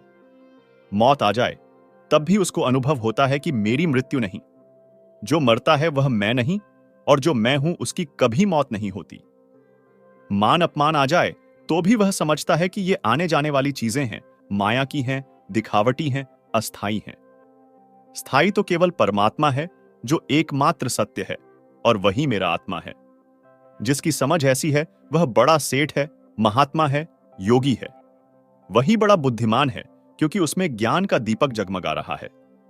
संसार में जितने भी दुख और जितनी परेशानियां हैं, उन सबके मूल में बेवकूफी भरी हुई है। सत्संग से वह बेवकूफी कटती एवं हटती जाती है। एक दिन वह आदमी पूरा ज्ञानी हो जाता है। अर्जुन को जब पूर्ण ज्ञान मिला तभी वह पूर्ण संतुष्ट हुआ। अपने जीवन में भी वही लक्ष्य होना चाहिए। मित्रों, एक नदी के किनारे दो पेड़ थे। उस रास्ते एक छोटी सी चिड़िया गुजरी और पहले पेड़ से पूछा, बारिश होने वाली है, क्या मैं और मेरे बच्चे तुम्हारे टहनी में घोंसला बनाकर रह सकते हैं? लेकिन उस पेड़ ने मना कर दिया। चिड़िया फिर दूसरे पेड़ के पास गई और वही सवाल पूछा। दूसरा पेड़ मान गया। उसने कहा कि हां, बिल्कुल रह सकती हो। चिड़िया अपने बच्चों के साथ खुशी खुशी दूसरे पेड़ में घोंसला बनाकर रहने लगी। एक दिन इतनी अधिक बारिश हुई कि बारिश की वजह से पहला पेड़ पानी में बह गया। जब चिड़िया ने पेड़ को बहते हुए देखा तो कहा, जब तुमसे मैं और मेरे बच्चे शरण के लिए आए तब तुमने मना कर दिया था। अब देखो तुम्हारे उसी रूखे बर्ताव की सजा तुम्हें मिल रही है। जिसका उत्तर पेड़ ने मुस्कुराते हुए दिया, मैं जानता था मेरी जड़ें कमजोर है और इस बारिश में मैं टिक नहीं पाऊंगा। मैं तुम्हारी और बच्चे की जान खतरे में नहीं डालना चाहता था। मना करने के लिए मुझे क्षमा कर दो। और यह कहते कहते पेड़ बह गया। मित्रों, किसी के इनकार को हमेशा उनकी कठोरता ना समझे। क्या पता उसके उसी इनकार से आपका भला हो। कौन किस परिस्थिति में है, शायद हम नहीं समझ पाए। इसीलिए हर किसी को समझने का प्रयास जरूर करें। उस समय यह ना सोचे कि यह हमारे साथ बुरा कर रहा है। मित्रों, एक बार एक गाय घास चरने के लिए एक जंगल में चली गई। शाम ढलने के करीब थी। उसने देखा कि एक बाघ उसकी तरफ दबे पांव आ रहा है। वह डर के मारे इधर उधर भागने लगी। वह बाघ भी उसके पीछे आने लगा। दौड़ते हुए गाय को सामने एक तालाब दिखाई दिया। घबराई हुई गाय उस तालाब के अंदर घुस गई। वह बाघ भी उसका पीछा करते हुए तालाब के अंदर घुस गया। तब उन्होंने देखा कि वह तालाब बहुत गहरा नहीं था, उसमें पानी कम था और वह कीचड़ से भरा हुआ था। उन दोनों के बीच की दूरी काफी कम हुई थी, लेकिन अब वह कुछ नहीं कर पा रहे थे। वह गाय उस कीचड़ के अंदर धीरे धीरे ढंसने लगी। वह बाघ भी उसके पास होते हुए भी उसे पकड़ नहीं सका। वह भी धीरे धीरे कीचड़ के अंदर ढंसने लगा। दोनों भी करीब करीब गले तक उस कीचड़ के अंदर फंस गए। दोनों हिल भी नहीं पा रहे थे। गाय के करीब होने के बावजूद वह बाघ उसे पकड़ नहीं पा रहा था। थोड़ी देर बाद गाय ने उस बाघ से पूछा, क्या तुम्हारा कोई गुरु या मालिक है? बाघ ने गुर्राते हुए कहा, मैं तो जंगल का राजा हूं, मेरा कोई मालिक नहीं, मैं खुद ही जंगल का मालिक हूं। गाय ने कहा, लेकिन तुम्हारे उस शक्ति का यहां पर क्या उपयोग है? उस बाघ ने कहा, तुम भी तो फंस गई हो और मरने के करीब हो, तुम्हारी भी तो हालत मेरे जैसी है। गाय ने मुस्कुराते हुए कहा, बिल्कुल नहीं। मेरा मालिक जब शाम को घर आएगा और मुझे वहां पर नहीं पाएगा तो वह ढूंढते हुए यहां जरूर आएगा और मुझे इस कीचड़ से निकालकर अपने घर ले जाएगा। तुम्हें कौन ले जाएगा? थोड़ी ही देर में सच में ही एक आदमी वहां पर आया और गाय को कीचड़ से निकालकर अपने घर ले गया। जाते समय गाय और उसका मालिक दोनों एक दूसरे की तरफ कृतज्ञतापूर्वक देख रहे थे। वे चाहते हुए भी उस बाघ को कीचड़ से नहीं निकाल सकते थे, क्योंकि उनकी जान के लिए वह खतरा था। गाय समर्पित हृदय का प्रतीक है, बाघ अहंकारी मन है और मालिक सद्गुरु का प्रतीक है। कीचड़ यह संसार है और यह संघर्ष अस्तित्व की लड़ाई है। किसी पर निर्भर नहीं होना अच्छी बात है, लेकिन उसकी अति नहीं होनी चाहिए। आपको किसी हितैषी की हमेशा ही जरूरत होती है और सद्गुरु से बड़ा इस दुनिया में सच्चा हितैषी कोई नहीं है। मित्रों, एक बार एक राजा के पास सुंदर घोड़ी थी। कई बार युद्ध में इस घोड़ी ने राजा के प्राण बचाए और घोड़ी राजा के लिए पूरी वफादार थी। कुछ दिनों के बाद इस घोड़ी ने एक बच्चे को जन्म दिया। बच्चा काना पैदा हुआ, पर शरीर हष्ट पुष्ट व सुडौल था। बच्चा बड़ा हुआ। बच्चे ने मां से पूछा, मां, मैं बहुत बलवान हूं पर काना हूं, यह कैसे हो गया? इस पर घोड़ी बोली, बेटा, जब मैं गर्भवती थी तू पेट में था, तब राजा ने मेरे ऊपर सवारी करते समय मुझे एक कोड़ा मार दिया, जिसके कारण तू काना हो गया। यह बात सुनकर बच्चे को राजा पर गुस्सा आया और मां से बोला, मां, मैं इसका बदला लूंगा। मां ने कहा, राजा ने हमारा पालन पोषण किया है, तू जो स्वस्थ है, सुंदर है, उसी के पोषण से तो है। यदि राजा को एक बार गुस्सा आ गया तो इसका अर्थ यह नहीं है कि हम उसे क्षति पहुंचाए। पर उस बच्चे के समझ में कुछ नहीं आया। उसने मन ही मन राजा से बदला लेने की सोच ली। एक दिन यह मौका घोड़े को मिल गया। राजा उसे युद्ध पर ले गया। युद्ध लड़ते लड़ते राजा एक जगह घायल हो गया। घोड़ा उसे तुरंत उठाकर वापस महल ले आया। इस पर घोड़े को ताज्जुब हुआ और मां से पूछा, मां, आज राजा से बदला लेने का अच्छा मौका था, पर युद्ध के मैदान में बदला लेने का ख्याल ही नहीं आया और न ही ले पाया। मन ने गवारा नहीं किया। इस पर घोड़ी हंसकर बोली, बेटा, तेरे खून में और तेरे संस्कार में धोखा है ही नहीं। तू जानबूझकर तो धोखा दे ही नहीं सकता है।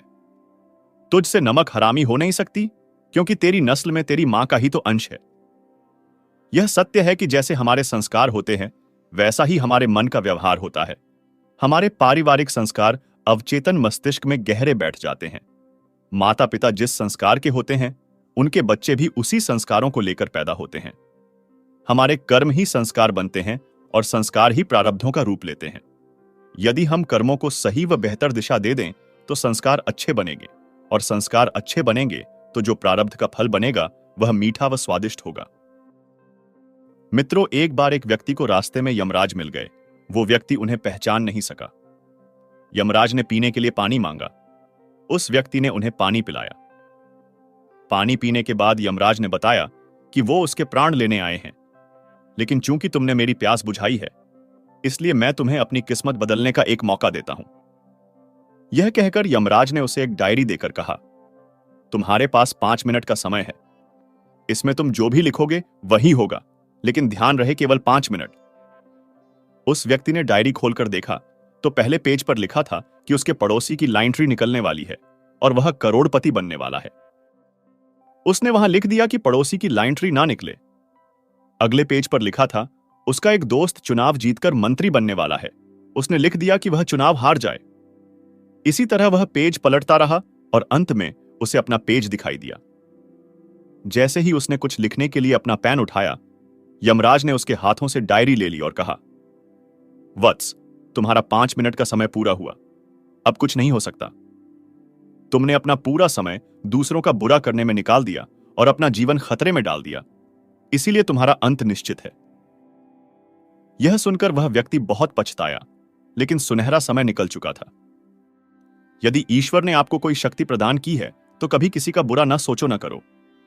दूसरों का भला करने वाला सदा सुखी रहता है और ईश्वर की कृपा सदा उस पर बनी रहती है। प्रण लें, आज से हम किसी का बुरा नहीं करेंगे। मित्रों, एक बार की बात है, किसी राज्य में एक राजा था जिसकी केवल एक टांग और एक आंख थी।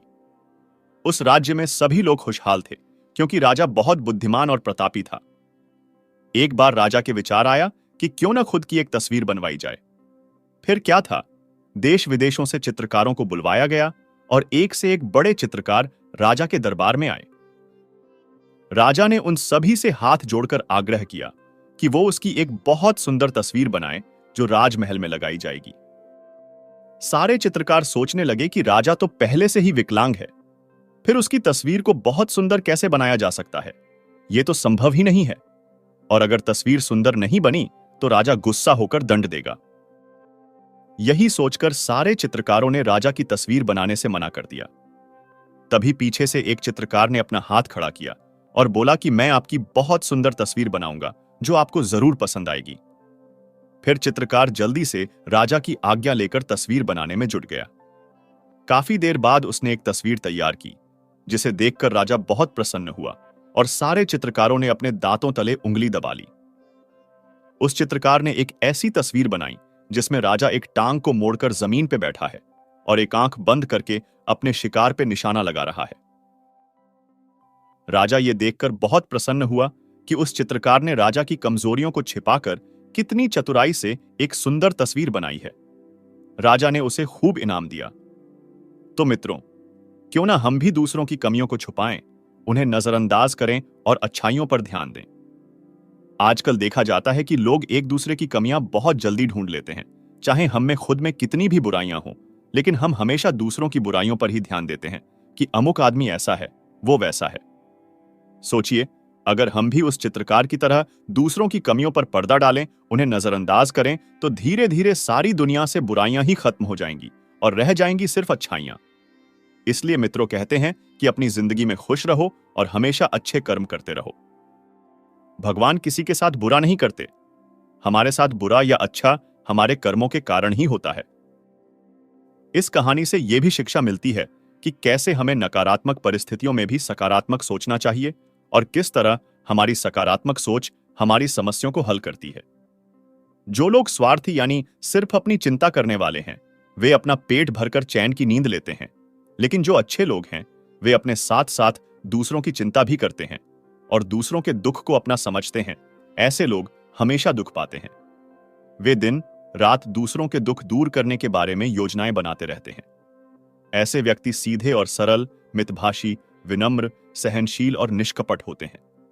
कुटिल लोग उन्हें भला बुरा कहते हैं तो भी वे पलटकर अपशब्द नहीं कहते। चालाक व्यक्ति उल्टे तरीके से अपने काम करवा लेते हैं, लेकिन सीधे सीधे लोगों के काम बन तो जाते हैं, पर समय लगता है। चाहे जो भी हो, लेकिन अच्छे लोगों के कारण ही हमारी नैतिकता, मर्यादा, संस्कृति, सभ्यता का परचम विश्व में फहराता है। किस्मत की मार बहुत बार अच्छे लोग किस्मत के सामने हार जाते हैं। वो जो चाहते हैं उन्हें कभी नहीं मिलता, हालांकि वो परेशानियों से लड़ना जानते हैं। सफलता कैसे मिलनी है उन्हें पता है और इस तरह की परेशानी से निकलना भी जानते हैं, लेकिन उनकी भावनाएं कोई समझ नहीं पाता। उनमें यह हुनर होता है कि वे कुछ भी ना होने का बहाना नहीं बनाते, बल्कि जो है उसका सम्मान करते हैं और इसलिए वो रास्ते बनने का इंतजार नहीं करते, बल्कि रास्ते बना लेते हैं। उन्हें ना बोलना नहीं आता है। अच्छे इंसान आपको कभी किसी चीज के लिए ना नहीं बोलते हैं, चाहे उसके लिए उन्हें कितनी भी मेहनत करनी पड़े। वे हमेशा दूसरों की मदद करने के लिए तैयार रहते हैं। इसी कारण लोग उनसे काम निकलवाने के लिए नहीं सोचते हैं। आप चाहे उनके काम आएं या ना आएं, वो आपके काम जरूर आते हैं। इससे यह होता है कि वो खुद भी कभी कभी मुसीबत में पड़ जाते हैं। किसी पर भी जल्दी भरोसा कर लेना। जो इंसान किसी पर भी जल्दी भरोसा कर लेते हैं, उन्हें हमेशा लोगों से धोखा ही मिलता है, मगर फिर भी वो आपको धोखा देने के बारे में नहीं सोचते हैं, बल्कि धोखे के बावजूद भी वो आपकी हमेशा मदद करते हैं। इसलिए आज के जमाने में इंसान को आंख बंद करके किसी पर भी भरोसा नहीं करनी चाहिए, वरना उन्हें दुख के अलावा और कुछ नहीं मिलेगा। दूसरों को कभी दुख नहीं पहुंचाते। अच्छे लोग दुख का मतलब जानते हैं, इसलिए वो सोचते हैं कि कभी किसी को परेशान ना करें, हालांकि उनके लिए भी लोग यही सोचे ऐसा जरूरी नहीं होता है। जो लोग सिर्फ अपने बारे में सोचते हैं, वो दूसरों को परेशान करने से पहले एक बार भी नहीं सोचते हैं। जो इंसान अच्छे होते हैं, वो इस बात का ध्यान जरूर रखते हैं कि उनकी किसी बात का लोगों को बुरा ना लग जाए। साफ दिल के इंसान अपनी खुशी से पहले दूसरों की खुशी के बारे में सोचते हैं। अपनी जरूरतों को पूरा करने से पहले दूसरों की जरूरतों को पूरा करते हैं। अच्छे इंसान हमेशा आपको आगे बढ़ने की हिम्मत देते हैं, अपनी भावनाओं को नहीं दिखाना चाहते हैं। सुख दुख एक सिक्के के दो पहलू होते हैं। जिस घटना के लिए हम दुखी हों, जरूरी नहीं कि सामने वाला उससे दुखी हो। यह एक मानसिक व शारीरिक अनुभूति है। जब व्यक्ति दूसरे के दुख से द्रवित होता है, तो वो उसे दूर करने की कोशिश करता है और यथासंभव उसकी मदद भी करता है। पर कई बार देखने में आता है कि व्यक्ति अच्छा होते हुए भी अचानक से सांसारिक कष्टों की चपेट में आ जाता है। तब वह स्वयं से प्रश्न पूछता है कि मैंने तो किसी के साथ गलत किया ही नहीं, फिर भी मेरे साथ ऐसा क्यों हो रहा है। तब उसे भगवान याद आते हैं और उसे अंतरात्मा से जवाब मिलता है। जहां यथार्थवादी सोच के अनुसार व्यक्ति के कर्म उसके सुख दुख के जिम्मेदार होते हैं, तो वहीं अध्यात्मवादी सोच के अनुसार व्यक्ति के पूर्व जन्मों के कार्यों का लेखा जोखा ही सुख दुख का आधार है। तो दोस्तों, हमेशा अच्छे ही कर्म करना। मुसीबत के समय किसी व्यक्ति को सांत्वना देने का सबसे अच्छा तरीका उस व्यक्ति की बात को ध्यान से सुनना है। जब हम बिना ध्यान दिए लोगों की बातों को ध्यान से सुनते हैं, बिना किसी सलाह के, तब उनकी आंखों में हमारे लिए सम्मान और स्नेह का भाव पैदा हो जाता है। उन्हें लगता है कि हम अधिक गंभीर, बुद्धिमान और शांत दिमाग वाले लोग हैं।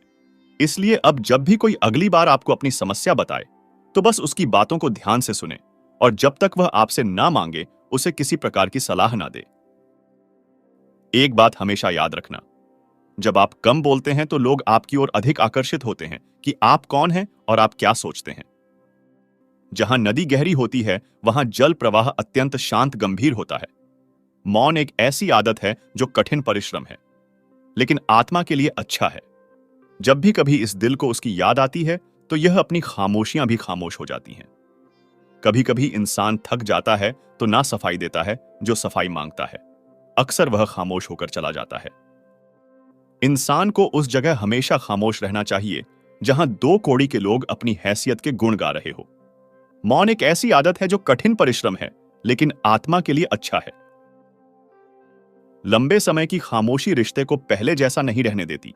जब आप एक अच्छे उत्तर के बारे में नहीं सोच सकते, तो मौन सुनहरा होता है। आत्माओं को छूने में सक्षम होने के लिए हमें मौन की आवश्यकता है। मौन किसी भी गीत से अधिक संगीतमय है। मौन आपके विचार से बहुत अधिक कहता है। शोर और जल्दबाजी के बीच खुशी से जाओ और याद करो कि मौन में क्या शांति हो सकती है। जहां नदी गहरी होती है, वहां जल प्रवाह अत्यंत शांत व गंभीर होता है। जब कुछ कहने को हो तभी कहिए, अगर कुछ कहना चाहते हो तब मत कहिए। सवाल का जवाब शांति से मिलता है, बहस करने से जवाब खो जाता है। तो दोस्तों, उम्मीद है आज का वीडियो आपको जरूर पसंद आया होगा। अगर वीडियो अच्छा लगा हो तो कमेंट में मन से जय श्री राधे कृष्णा जरूर लिखिए और ऐसे ही वीडियो और पाने के लिए हमारे चैनल को सब्सक्राइब करें। वीडियो को लाइक करें, ज्यादा से ज्यादा शेयर करें। धन्यवाद। जय श्री कृष्णा। राधे राधे मित्रों।